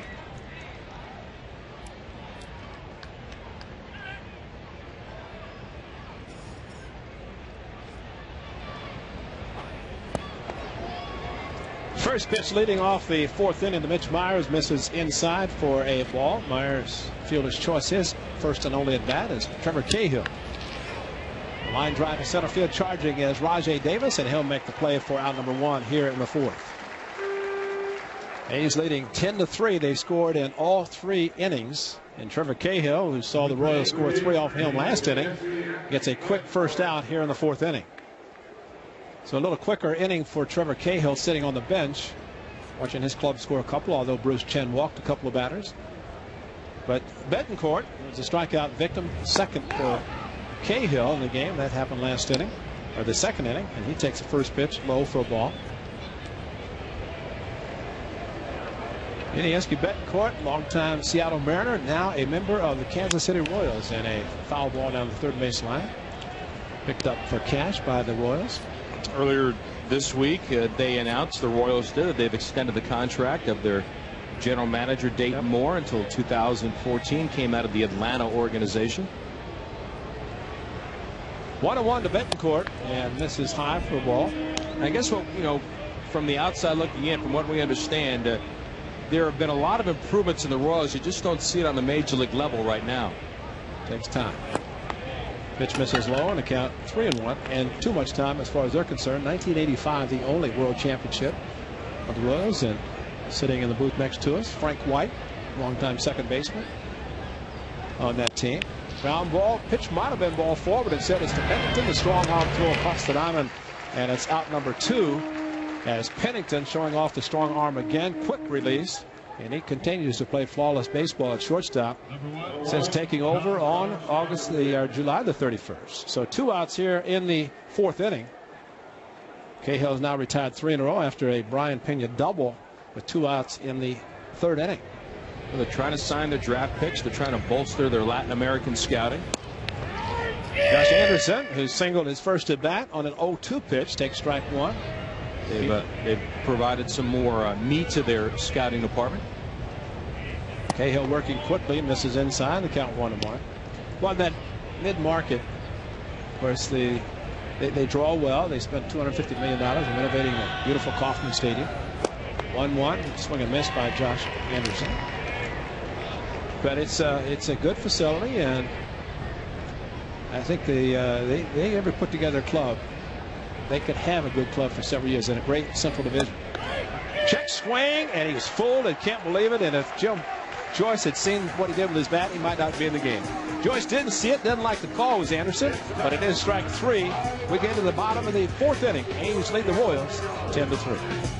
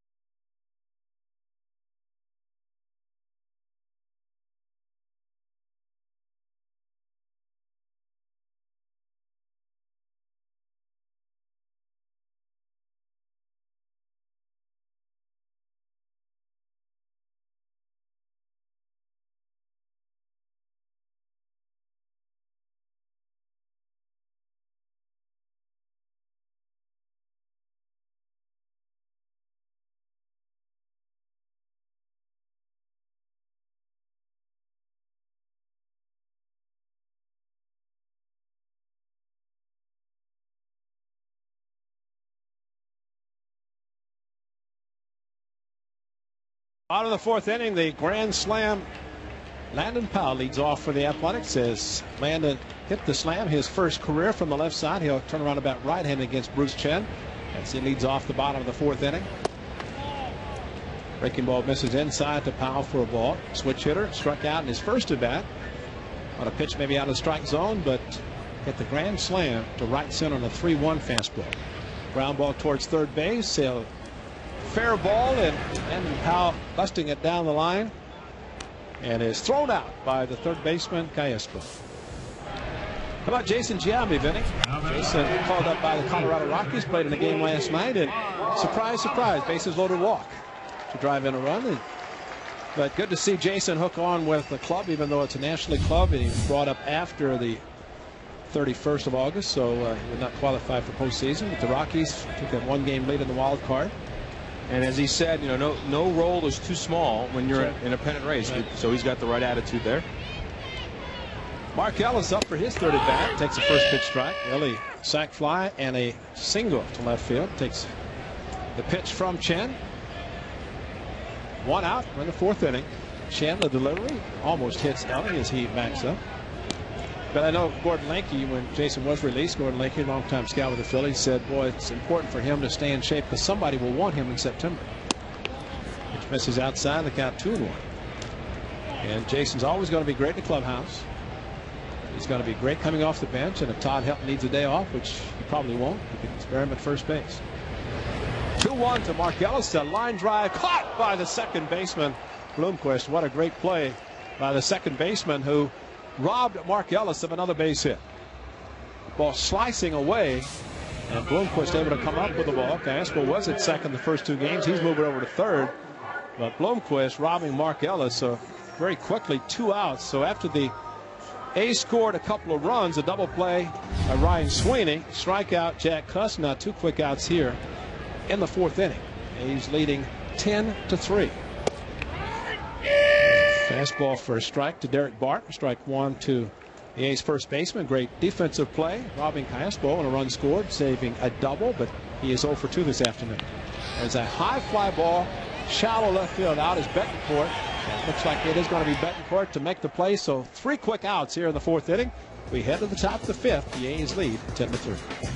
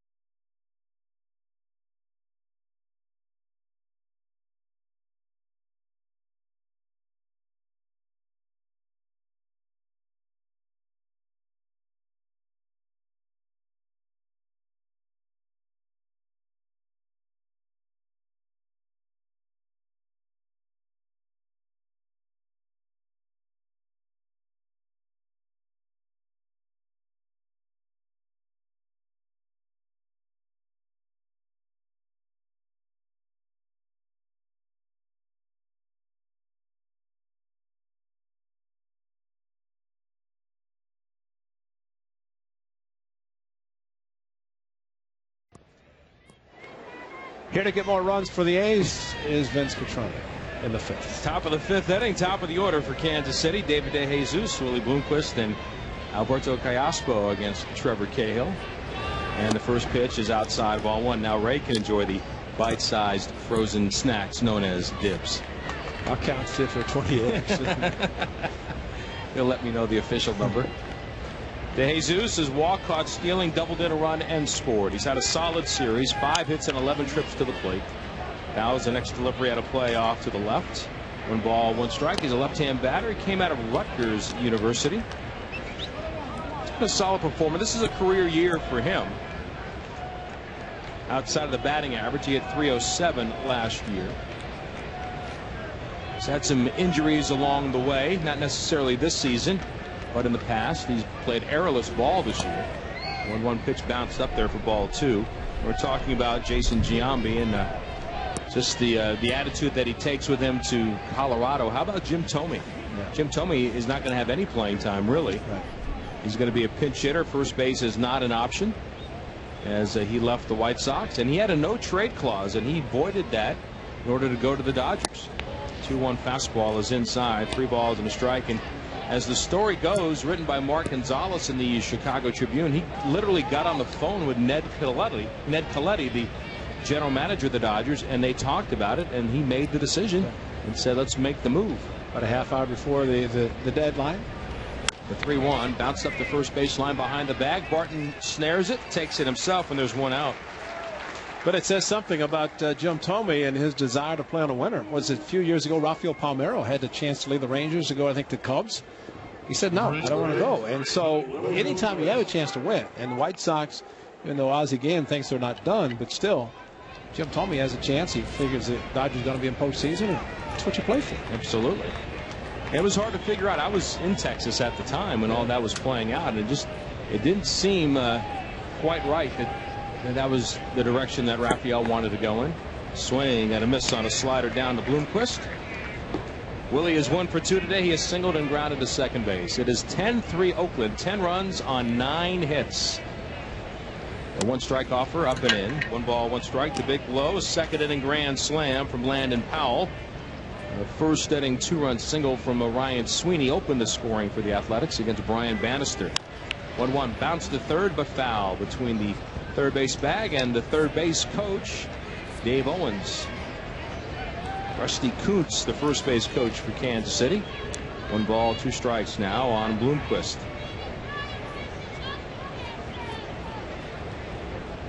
The pitch outside, 2 balls and 2 strikes. The Mariners come calling tomorrow with Brett Tomko on the mound for the A's against Ian Snell. The pitch.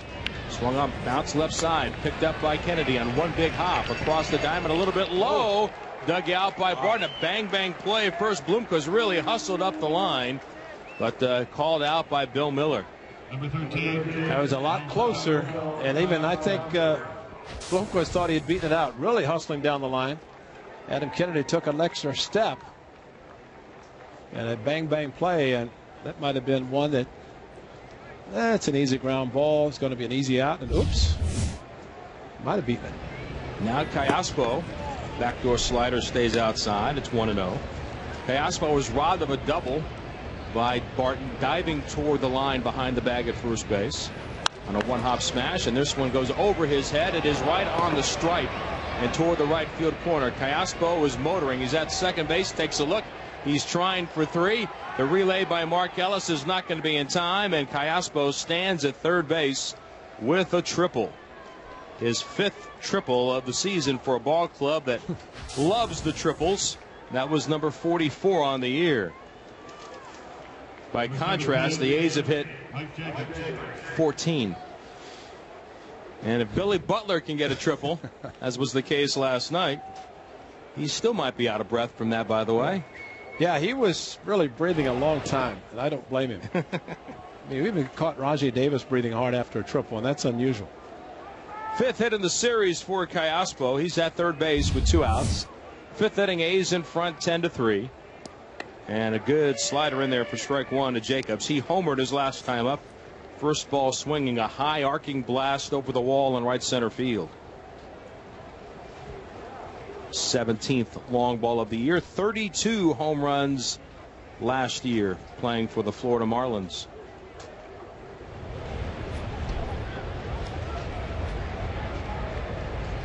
The pitch inside. 1 ball, 1 strike. The A's announced today they have claimed a right-handed pitcher off waivers from the Pittsburgh Pirates. John Malone, M-E-L-O-A-N. The A's have acquired, and a lot of teams have acquired Mr. Malone's services this season. 1-1 delivery down and in. 2 balls and a strike. He began the season at AAA Columbus with Cleveland for 25 games.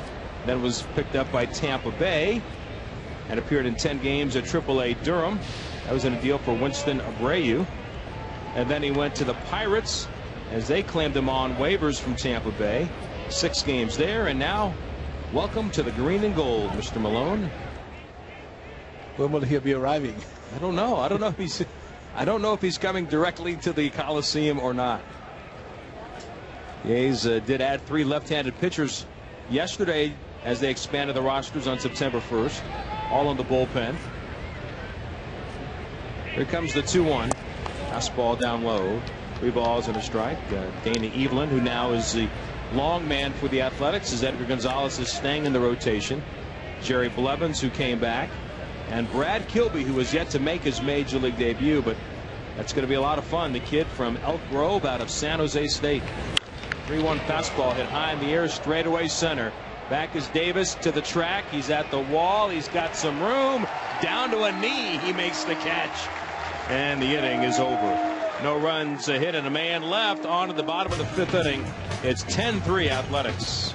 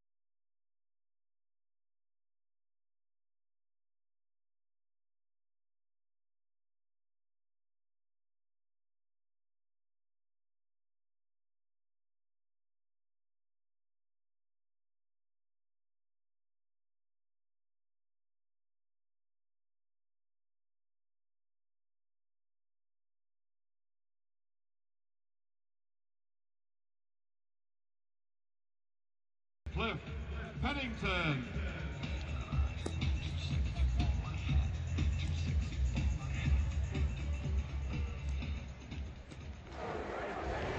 Bottom of the 5th inning, and the A's lead by a count of 10-3. They've scored in 3 of the innings. Bruce Chen on a string now of 5 consecutive outs. 5 consecutive batters retired, 6 consecutive outs. And here comes Cliff Pennington. He'll start things off. Lefty Brad Kilby loosening up in the bullpen. We'll get to see that unorthodox motion of his as he makes his major league debut today. Changeup outside, ball 1 to Pennington. He has popped up to second, walked on 11 pitches, and scored. Chen winds, the veteran lefty's pitch. Changeup over for a strike. It's 1 ball, 1 strike. Ray, you take a peek down the left field side, watching the warm-up tosses of Brad Kilby. I'd like to get your impressions of that delivery. 1-1 pitch is high, and it's 2 balls and a strike.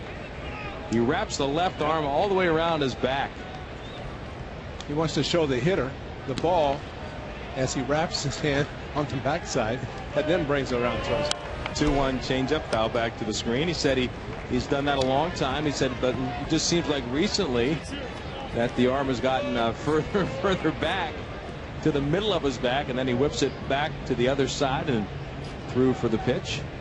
Great numbers at AAA this year, 2.13 ERA. Swing and a miss. Pennington chased one up and out of the strike zone, and he is down on strikes. Second K for Chen. Bannister started the game. No report from the Royals clubhouse on the injury that removed him from the game after an inning and a third, with 3 hits, 3 runs, a walk, and a strikeout. Then Yasuhiro Yabuta went 2/3 of an inning. 5 hits, 5 runs, all earned, 1 walk, and a strikeout. The pitch, it's high, 1 ball and no strikes. Yasuhiro Yabuta. Patterson has doubled and walked. He has scored twice. He swings and skies one to shallow right. In a few steps forward is Meyer. He'll make the catch. There are 2 outs for the A's. Well, don't forget, on Friday, September 18th, when the A's host the Cleveland Indians, game time 7:05. We invite you to stick around after the game for post-game fireworks, brought to you by Kelly Moore Paints. You get tickets online at oaklandathletics.com or call 877-493-BALL. Now Kennedy, he's been on base 3 times today. A walk, 2 singles, 2 runs scored. He takes a breaking ball and it's over for strike 1. Adam had been struggling in recent games at the plate. He's 14 for his last 70 over the course of 16 games. 0-1 to the outside corner, and it's 0-2. Tomko and Snell tomorrow. Mazzaro against Roland Smith on Friday. Anderson against French on Saturday, and Gio Gonzalez against Doug Fister on Sunday for the A's and Mariners series. 0-2 fastball high. 1 ball and 2 strikes. The A's miss King Felix Hernandez. He's pitching today for the Mariners, a late afternoon game against the Angels. It's too bad. Against Scott Kazmir, making his Angels debut. 1-2 fastball, too tight. A's miss Zach Greinke here too. The Royals faced him only 1 time in the 3 different series. 3 different series against Toronto. Never saw Roy Halladay. Oh, that's too bad. 2-2. Outside, 3 balls and 2 strikes. You need that kind of luck whenever you're really trying to win a division. Exactly. You never want to face the team's top pitcher, and you mentioned some good ones there. Chen takes the hands over the cap. The lefty's payoff. It's outside, ball 4. Well, teams are definitely trying to win the pennant right now in the month of September. And here's the news. In an article out of USA Today yesterday, according to the Elias Sports Bureau, if you've got the lead in your division on September 1st, since baseball realigned into 6 divisions in 1995, you've got an 86% chance of going to the postseason. That's way above average. And teams have not really overcome a lot of large deficits in that time. Of course, the wild card has played a part in this. First pitch breaking ball, tap foul by Rajai Davis. A's leading at 10-3 here in the 5th inning. The Angels are the only team that blow as much as a 4-game lead on September 1st and not reach the playoffs since the wild card. They were overtaken in that 95 season by the Seattle Mariners. A swing, line drive, base hit to the right of Betancourt and through to left field. Couldn't get it on the backhand side, so Rajai has his 2nd hit. He's been on base 3 of his 4 times. Also has a sacrifice fly. He's driven in 2. Pushes Kennedy up to second base, and now here's Ryan Sweeney. And Vince, I think what the Mariners did in '95 not only helped them division, it helped them get a new stadium. No question. Safeco Field and result of that tremendous come from behind stretch, and they have a beautiful stadium now because of it. Sweeney 2 singles and 3 at bats, goes after the first pitch, fouls it out of play for strike 1. Here's the pitch to Edgar Martinez. Let's Junior's got a cover. Let's score. Those are great moments, no question. And as always, the man at the mic, Dave Niehaus, the man of the moment there. There's a swing and a foul out of play off to the left side. I don't believe it. And it's 0-2. Love Dave. We'll see Dave this weekend. Hall of Famer. I think if I'm not mistaken, I think the Mariners broadcast team is going to stay on this side of the bay because of the Bay Bridge closure over this holiday weekend. High breaking ball from Chen is upstairs. 1 ball, 2 strikes. He retired the first 2 men in the inning. Striking out Pennington, getting Patterson on a fly ball, then walked Kennedy. Davis single to left. Oakland trying to build on their 10-3 lead. Ryan drove in 2 with a base hit up the middle back in the first inning. We'll step out for a moment. The Tigers in 06, they blew their 4.5 game lead in the Central that year, but they did settle for the wild card as the Twins actually won the division that year. 1-2 off for a curve outside. 2 balls and 2 strikes. This is the first time since realignment that all 6 division leaders have had at least a 3.5 game lead entering September. So we'll see how this plays out if what you see is what you've already got now going to postseason play. 2-2. Fastball low and outside. Didn't miss by much. Good eye from Sweeney. 3 balls and 2 strikes. The runners will be moving with the full count pitch with 2 down in the frame. Outfield the other way for Sweeney. Left-hand batter against the left-hand pitcher. Shan looking in. He's the 3rd man on today for Kansas City. The 3-2 fastball blooped in the left field. Coming in and over is De Jesus. Got a late break. Goes into a dive into foul territory and makes another spectacular catch in this series.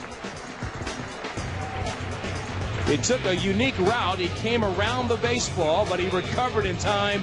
And David De Jesus lays out, takes the at-bat away in foul territory from Ryan Sweeney. And the inning is over. No runs a hit. A man left, 2 men left rather. On to the 6th inning. And it's still 10-3 Oakland.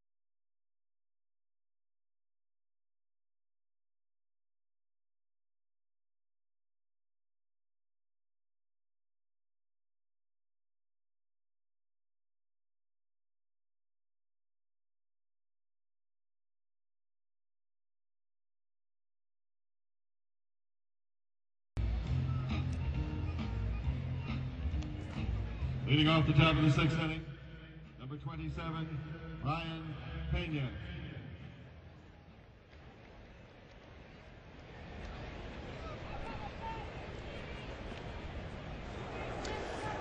About to witness the major league debut of left-hander Brad Kilby. The A's leading at 10-3 here in the 6th inning. Trevor Cahill went 5 innings, allowed 3 runs on 6 hits, 2 walks and 3 strikeouts. From the stretch, Kilby's unique delivery is hit in the air to right center field. Moving over is Davis along with Sweeney. Rajay reaches out, 1 pitch, 1 out. That retires Brian Pena. And that's the first big league out for Brad Kilby. Should he ask for the ball? Probably not. I'm trying to think of the pitcher a few years ago. Threw a strike first pitch. Who was that? His debut, and asked for the ball and threw it in and then got blistered. As well as you can have.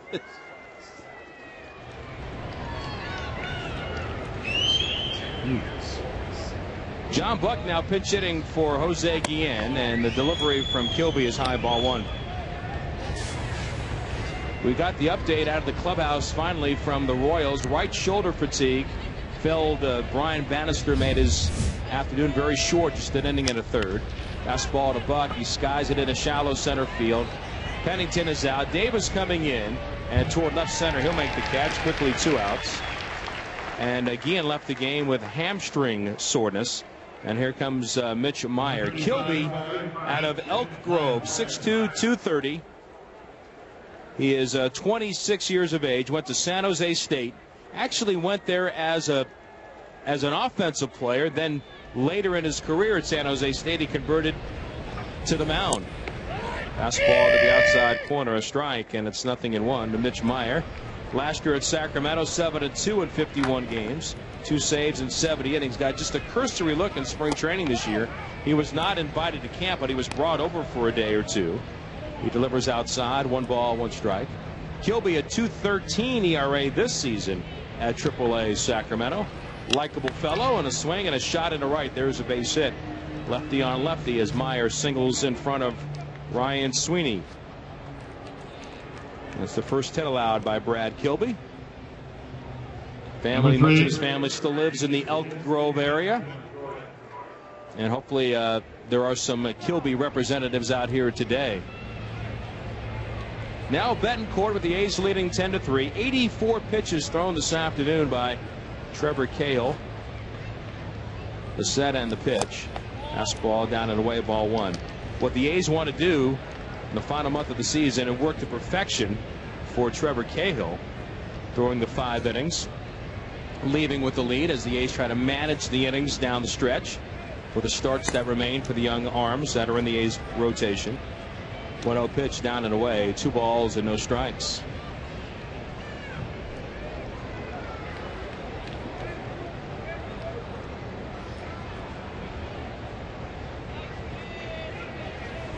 The next pitch is popped up behind first base, angling out in the shallow right is the second baseman Ellis, and the inning is over. So Brad Kilby's major league debut, he has a clean inning, 1 hit allowed. He walks off with a big smile on his face. On to the bottom of the 6th inning, still 10-3 Oakland.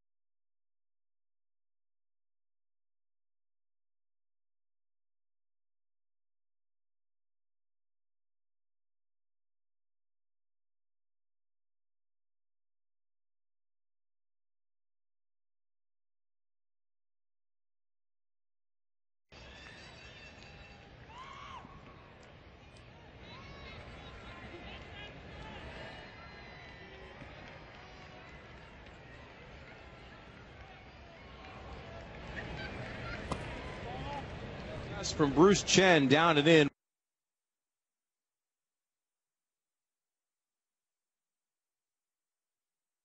Led 8-0. Overshift on for Jack. Another slow pitch from Chen, and it's low, ball 2. Jack has singled, walked, and scored and struck out. They overshift with 3 infielders on the right side. The pitch, swing and a foul at the plate. Now 2 balls and a strike. Landon Powell, Mark Ellis to follow here.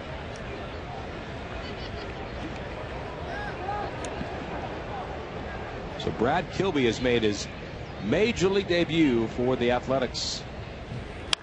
Swing and a shot up the middle through the shift under the glove of Chen and on to center field. Jack's second hit today. The A's have not scored since the third inning after back-to-back walks to Pennington and Patterson. They later scored. At one point, Chen, who's the third pitcher today for the Royals, retired 7 in a row. That was broken up on a walk to Kennedy and a single to Davis last inning. And then a great catch by David DeJesus in left field in foul territory. Ended the inning off the bat of Ryan Sweeney. Landon Powell, the big hitting hero today, takes low, ball 1. Struck out in the first, a grand slam to deep right center, no question about it. In the second, that was off of Yabuda. And then a ground ball to third base. He swings and skies one on the infield. Chen pointing the way. Coming in near the mound from third base is Callaspo. He'll make the grab on the grass. And that's the first out. And here's Mark Ellis. Good play there. Get the ball drop. Yeah, with the slower runner at first. Jack Cuss, pretty good speed, and but that would have landed softly on the grass and just let the ball drop, forcing Cuss at second and put Powell there. I mean, we saw it with Ichiro and Seattle. Now Mark stands in. He swings at a low pitch to the shortstop, picked up by Betancourt. Goes to Bloomquist for 1. On to Jacobs for 2. 6-4-3, and the inning is over. On to the 7th. A's in front 10-3.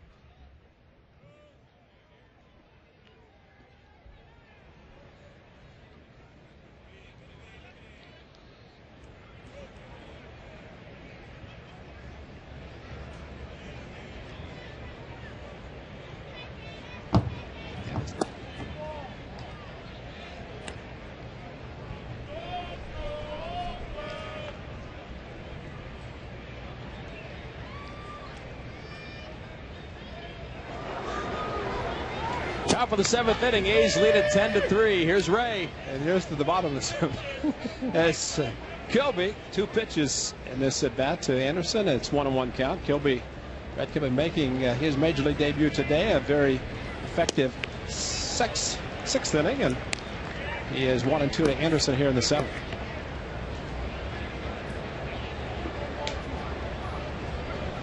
A's leading 10-3, all the scoring with the 2 clubs coming in the first 3 innings.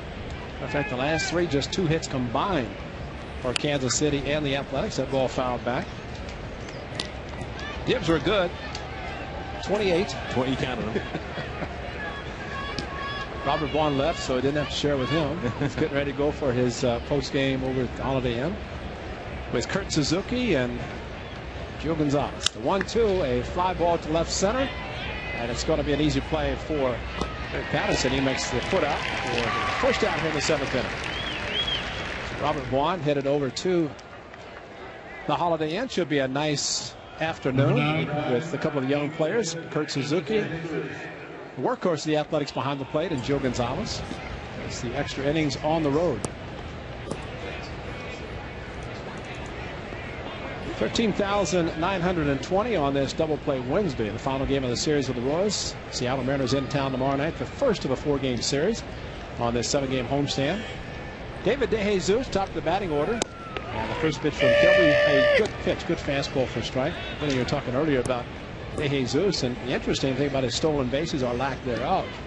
A couple years ago, he was working in spring training, kind of with a specialist to try to improve his base stealing ability.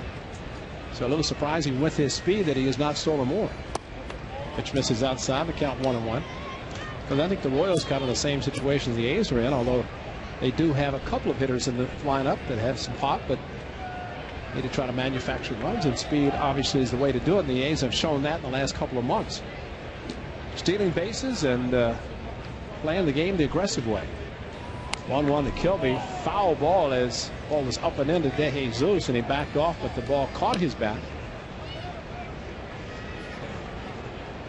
Well, the A's hope they've got some potential for some power down on the farm, and the likes of a Chris Carter and Brett Wallace, both now at AAA Sacramento. Carter with 3 home runs 2 nights ago against Reno. Well, there's no doubt what the A's have done with the young pitchers this year, and the anticipation of them having some more offense to take the pressure off them. Strike 3 called. Good slide to the outside part of the plate, and DeJesus, who had the pitch almost hit him on the previous one that he fouled, takes the good off speed or the slider thrown pretty hard by Kilby to the outside part of the plate, and the wraparound effect gets him. The strikeout, his first major league strikeout, painted the outside corner. But there's no doubt the young pitching staff, and so they're going to rest them the rest of the way, but the young pitchers have done a very good job, and Joey Devine comes back next year. Add the already very good back end of the bullpen. Michael Wirtz, Brad Ziegler, Craig Breslow setting up Andrew Bailey.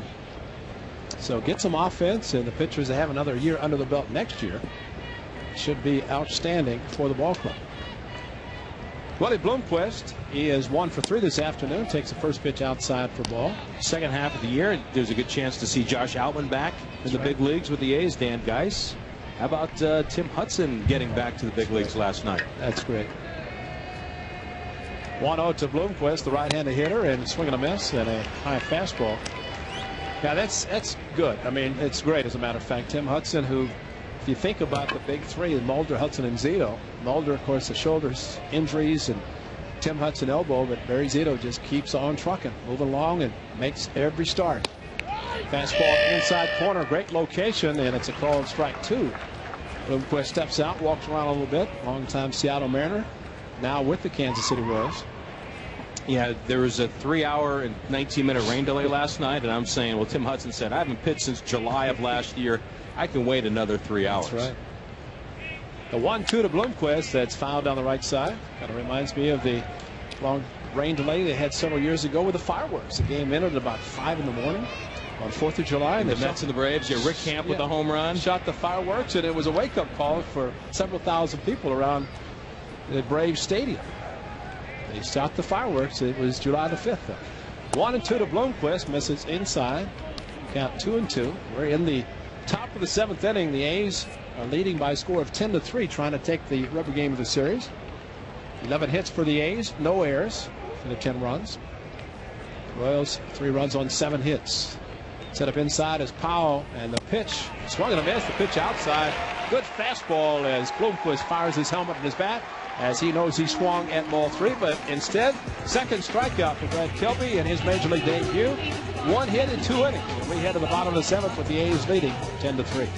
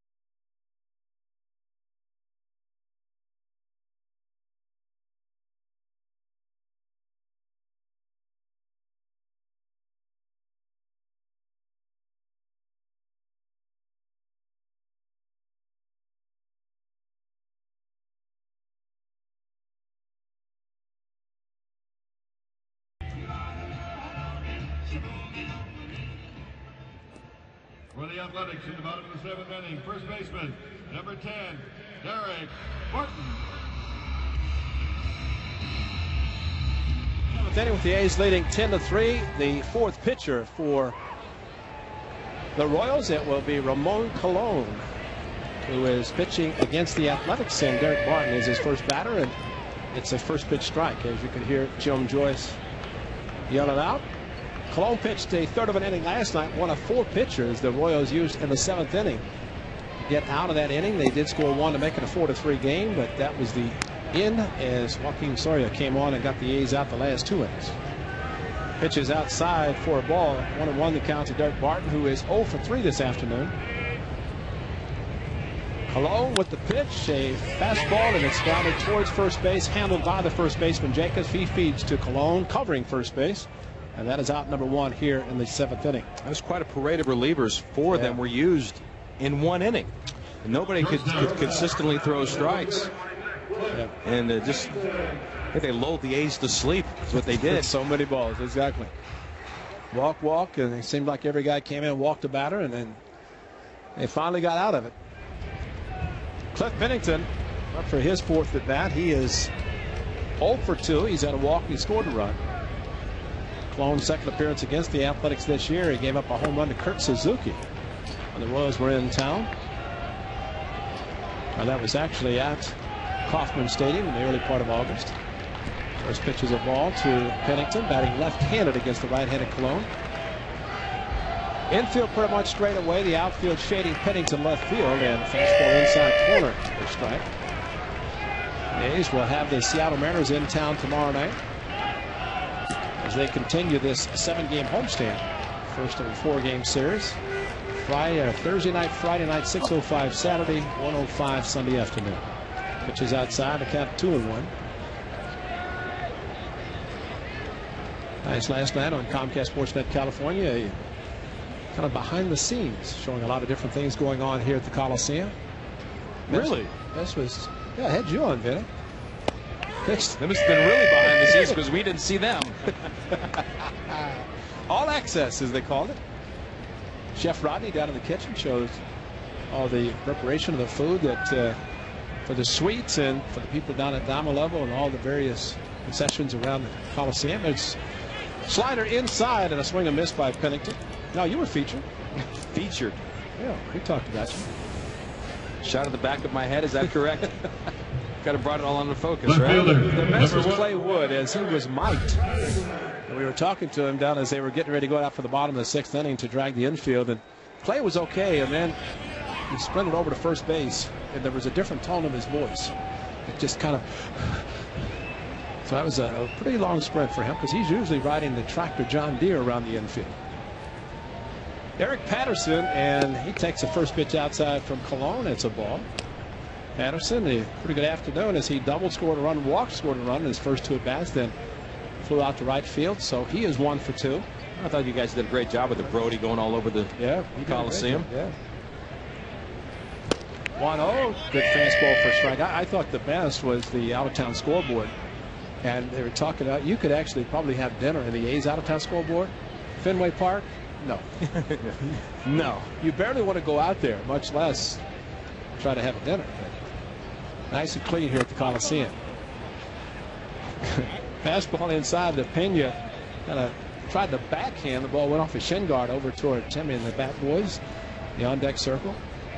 Might have gotten home plate umpire Jim Joyce as he's taking a little bit of time getting back behind the plate. That's never a good sign when you're a catcher and you let a ball get past you and it hits off the umpire. You don't want to be asking for pitches in the future. As Jim Joyce just patted Pena on the back saying no problem. Just don't expect a close call. Pitch to Patterson, 2-1. It's a fly ball, foul down the left field line. Is that Jerry Blevins? Now, if it's Jay Marshall, well, there's 5 lefties now, so 4 remain. If it's Jay Marshall, he's shaved.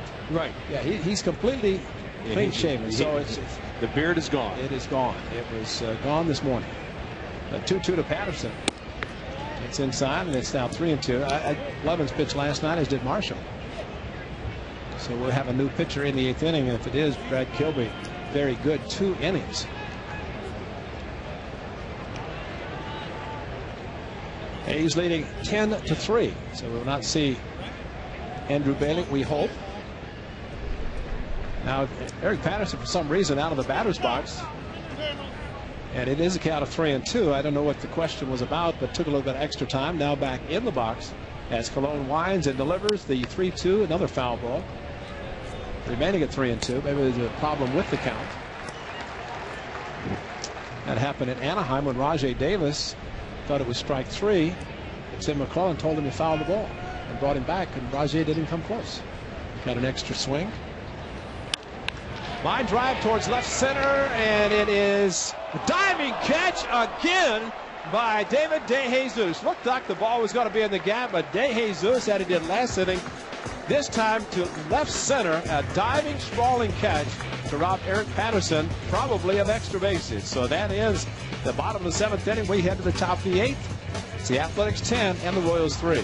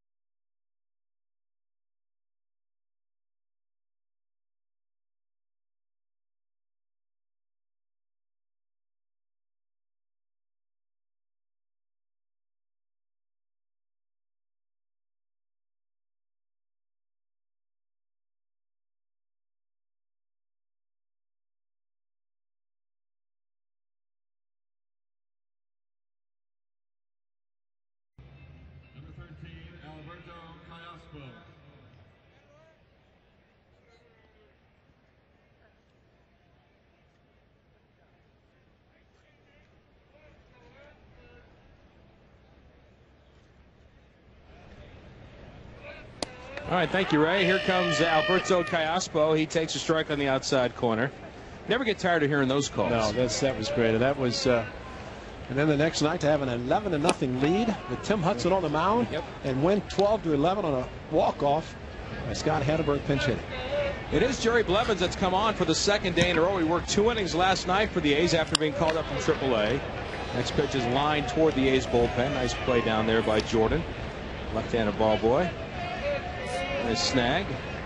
And it's 1-2 now to Callaspo. He tripled his last time up into the right field corner. Drove in a run with a bouncing ball back in the 3rd inning. It could have been a double had it not been the diving stab by Barton. The long and lean Jerry Blevins, 6'6", about 180 pounds. He has added a cut fastball to his repertoire. And the 1-2 on the way. Fastball had a play off to the right. His velocity is back up after what we saw early in the season when he was with the Athletics on 2 different occasions. First making the team out of spring, and then in May again. He was throwing in the upper 80s back then with the Athletics, and he's needed to make some adjustments mechanically. Then had to find something to get the right-hand hitters out. Backdoor pitch, the cutter misses outside. 2 balls and 2 strikes. He went to Gil Patterson University. He is roving pitching instructor who has been famous for working on that cut fastball with a number of A's pupils. A swing on a fly ball down the left field line. Here comes Patterson into foul territory. Can't quite get to it as it lands near the A's bullpen and bounces on the warning track and kangaroos up into the seats. So it stays 2 balls and 2 strikes. How about David DeJesus in this series? He's had 3 balls. He's caught 1 to his left. He came down and came in across foul territory to his right, and he went across his body with a play, or rather down the line with a play on Monday night. Fastball fouled straight back just below us. The count stays 2-2 on Kayaspo. The A's lead this one 10-3. Yeah, the 20-game winning streak, and then it was Brad Radke and the Minnesota Twins who finally put the end to history for Oakland in that 2002 campaign. Foul ball again off to the right. Well, there's some unbelievable comebacks in that stretch of 20 games. Remember a series in Detroit just looked like it was definitely going to end, but just found a way to come back. The Royals were involved twice in that 20 games of consecutive wins for the A's. 2-2. Down and in, ball 3. 3 balls and 2 strikes. Mike Jacobs will be next. Terrence Long had a chance to be part of a 20 consecutive win and a 20 consecutive loss. But the Royals swinging a grounder past third base, foul. Right here that that streak ended to prevent the Royals from losing 20 straight. 10-pitch battle continuing here between Kayaspo and Blevins. Jerry off the first base side of the mound. It's from Dayton, Ohio. The high set, the leg kick, the pitch. Fastball. That's fouled off to the right. You know, this just is a pretty significant reminder that Kayaspo is hard to strike out. He's the hardest to strike out in the American League, and he's putting it on display right now. Try another payoff pitch. Here it is. Swing and a miss. He got him upstairs on a fastball. Kayaspo, a rare K for him. 33rd time he has struck out in over 470 at bats. And it wasn't easy. It took a dozen pitches to finish him off. He was like the vampire with a bat in his hand. He did the garlic and the steak in the heart. Here comes Jacobs, a pop-up in a shallow right. Nice play by Ellis in the first, a home run in the third, and a fly ball deep center in the fifth. And the first delivery from Blevins misses low, ball 1. Well, the A's will win this series. They'll go up to 6-2, finishing the year against the Royals. Welcome in the Mariners beginning tomorrow. A swing and a foul back. 1 ball, 1 strike. The A's were just swept by Seattle at Safeco Field in some low-scoring games. I think that was a frustrating series as well for the Athletics. They felt like they could have won at least one, and maybe you could have made a case that they could have won all 3. The 1-1. Breaking ball outside with the cutter. 2 balls and a strike. It'll be Brett Tomko tomorrow talking about taking the hands over the cap, which we've seen since he's joined the club for 3 starts, but he said he hadn't done that in a long, long time. But once he was let go by the Yankees, he decided to tinker with his motion. 2-1 fastball. Good delivery on the outer half. What is he, 36? 36. I mean, 24 years ago was the last time he had his hands over his head. Little League. 12, yeah. But it worked out well, and he's been pitching very well for the A's. Played the pitch for the Royals last year. 2-2. Breaking ball. The curve freezes Jacobs. He's gone and looking. Back-to-back Ks, and combined with Kilby, it's 4 strikeouts in a row against Royals hitters. DeJesus, Bloomquist, Kayaspo, and Jacobs. And now here comes Brian Pena. Yeah, a little bit of jelly legs. The freezing of Jacobs. Excellent curveball by Jerry Blevins. That's a great pitch. Fastball outside, ball 1. Brian Pena, who is a childhood friend of Yunel Escobar, both from Cuba, both defected from that country. 1-0 pitch in at the knees. 1 ball, 1 strike. He's a switch hitting catcher. He's walked and doubled and hit a fly ball to center. The A's scored 3 runs in the first inning on Brian Bannister. They have not looked back. Fastball up and in. Look out for ball 2. 2 balls and no strikes. Bannister, Yabuda, Chen, and Colon have been the pitchers today for Kansas City. Royals go home and have an off day before they welcome in the Angels and the Tigers. There's a swing and a high fly ball left center. Moving over is Rajay. And he'll make the catch, reaching out just as Patterson came into his view. But Eric got out of the way just in time. 1-2-3 inning. Good job by the A's bullpen. They're in a stretch of 7 consecutive outs. On to the bottom of the 8th inning. It's 10-3 Oakland.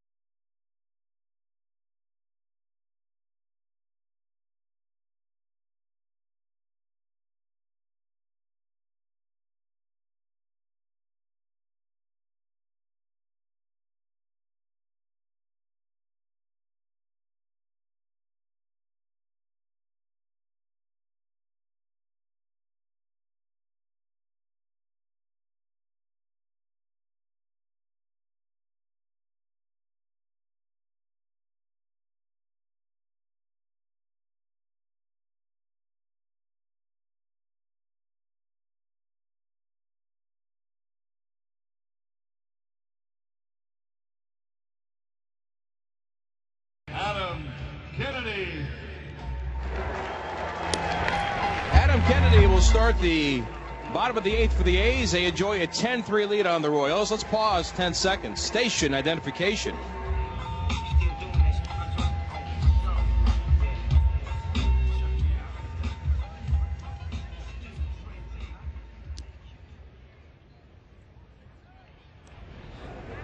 Alongside Ray Fosse, Vince Cotroneo with you. Bottom of the 8th, 10-3 Oakland. Kennedy has been on base 4 times today. 2 walks, 2 singles, 2 runs scored. Goes after the first pitch, grounds it on the right side. Backhanded by Jacobs, flips it to Colon. A low throw, but Roman catches it. Touches the bag. 1 pitch and 1 out. That's 4 in a row retired by Colon. And now here comes Rajai Davis. AAA Sacramento getting ready for the postseason. James Simmons yesterday, however, former #1 draft pick, didn't fare that well for the River Cats. Lasted just an inning and 2/3, allowed 5 runs on 5 hits. Chris Carter already playing at AAA with 3 homers and a dozen RBIs. He was 0 for 3 last night.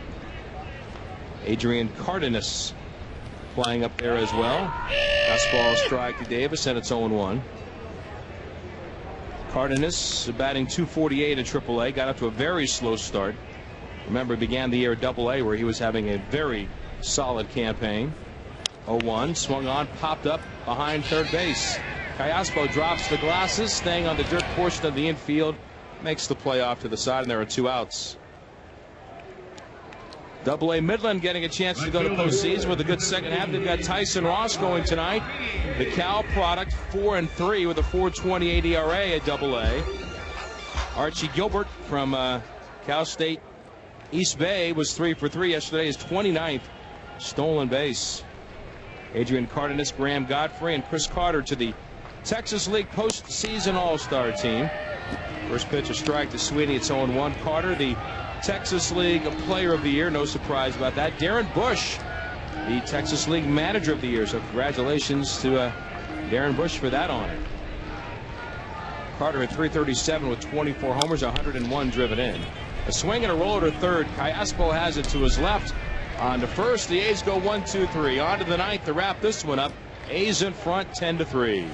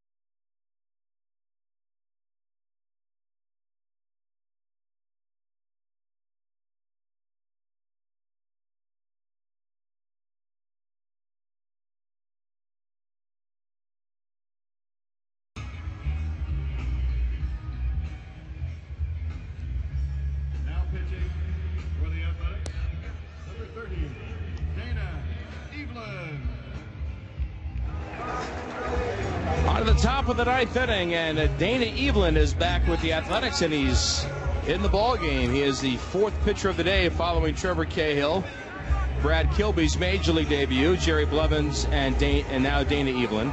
Dana with the Athletics, 7 games, 6 of those as a starter, 1-3, and 8 ERA. He was in the rotation at the beginning of the year. 27 innings, 47 hits. He's walked 25. Number 14. Or rather, he's allowed 25 runs. He's walked 19 and struck out 17. Spent the majority of the year at AAA Sacramento. He is the A's long reliever now. He too, like Blevins, just a couple of weeks ago began to work on a cut fastball. We'll see if we see it in work today. In play today, a swing by John Buck and a pop up behind first base, foul ground over the shoulder. Nobody gets it. Barton was giving chase along with Ellis and Sweeney. No one really got to it or took charge. So it's a foul ball strike for Buck. He'll stand back in.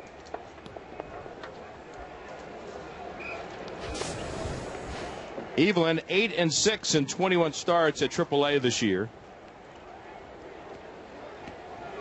A 4.94 ERA.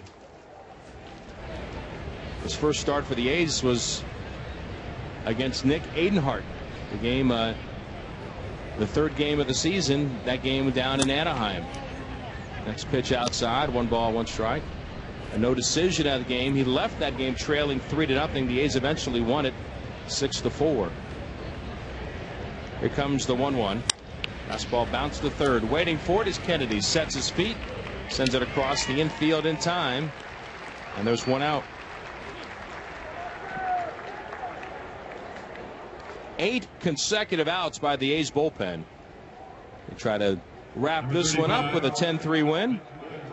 Evelyn also was a starter against Daisuke Matsusaka back in April. Andy Pettit of the Yankees also made starts against Tampa Bay and Seattle. Here's the pitch. Swung on, fly ball left field.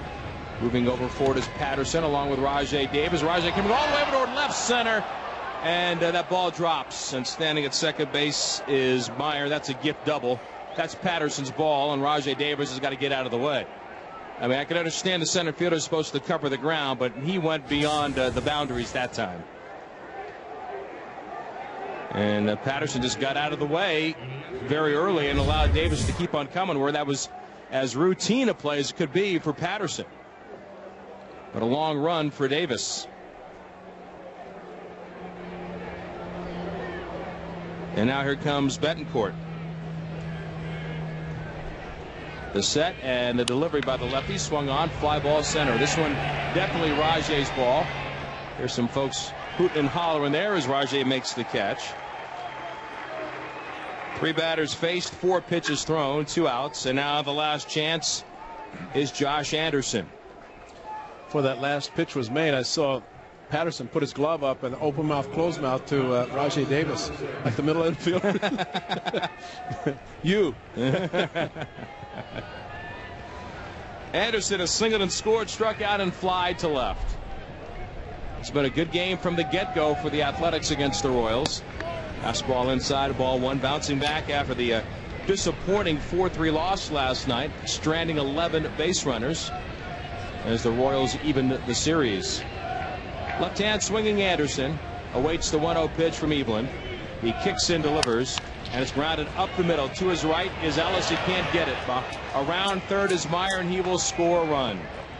So an RBI single for Josh Anderson on a ground ball base hit up the middle. And with that gift play allowing Meyer to reach base, he comes home, and it's 10-4 Oakland. Number 9, David DeJesus. And here's David DeJesus. He's had a solid series with the bat and certainly with the glove. A walk, caught stealing, a double, a run scored, plus an RBI, a ground ball, and a strikeout. He takes a fastball, and it's over for strike 1. Evelyn's last outing for the A's was when Dallas Braden went on bereavement leave going into the All-Star break when he worked at Fenway Park against Josh Beckett. He was knocked out very early in that game, lost 5-2. The 0-1. Swung on, line past third, and just foul. Nothing in 2 the count. It seems unlikely that Dallas Braden will throw another pitch for the Athletics in 2009. Dallas, who really had a coming-of-age season this year, really grew up. 8 wins, 9 losses, an ERA under 4. But that nerve damage seems like it's going to spell the end of 2009 for him. 2 strikes on to Jesus. The pitch swung on, grounded outside of first base. Royals down to their final strike. A's will be welcoming in the Mariners beginning tomorrow with Brett Tumpko on the mound against Ian Snell. I think the A's would like another crack at Mr. Snell. He seemed to have a very comfortable night against the A's. Didn't seem all that overpowering, but still got the job done. 0-2 to De Jesus. The pitch. Swing and a miss, breaking ball down and away, and the ball game is over. A strikeout by Evelyn, a run home on a couple of hits in the ninth for Kansas City. But your final is Oakland 10 and the Royals 4. We'll have the totals right after this.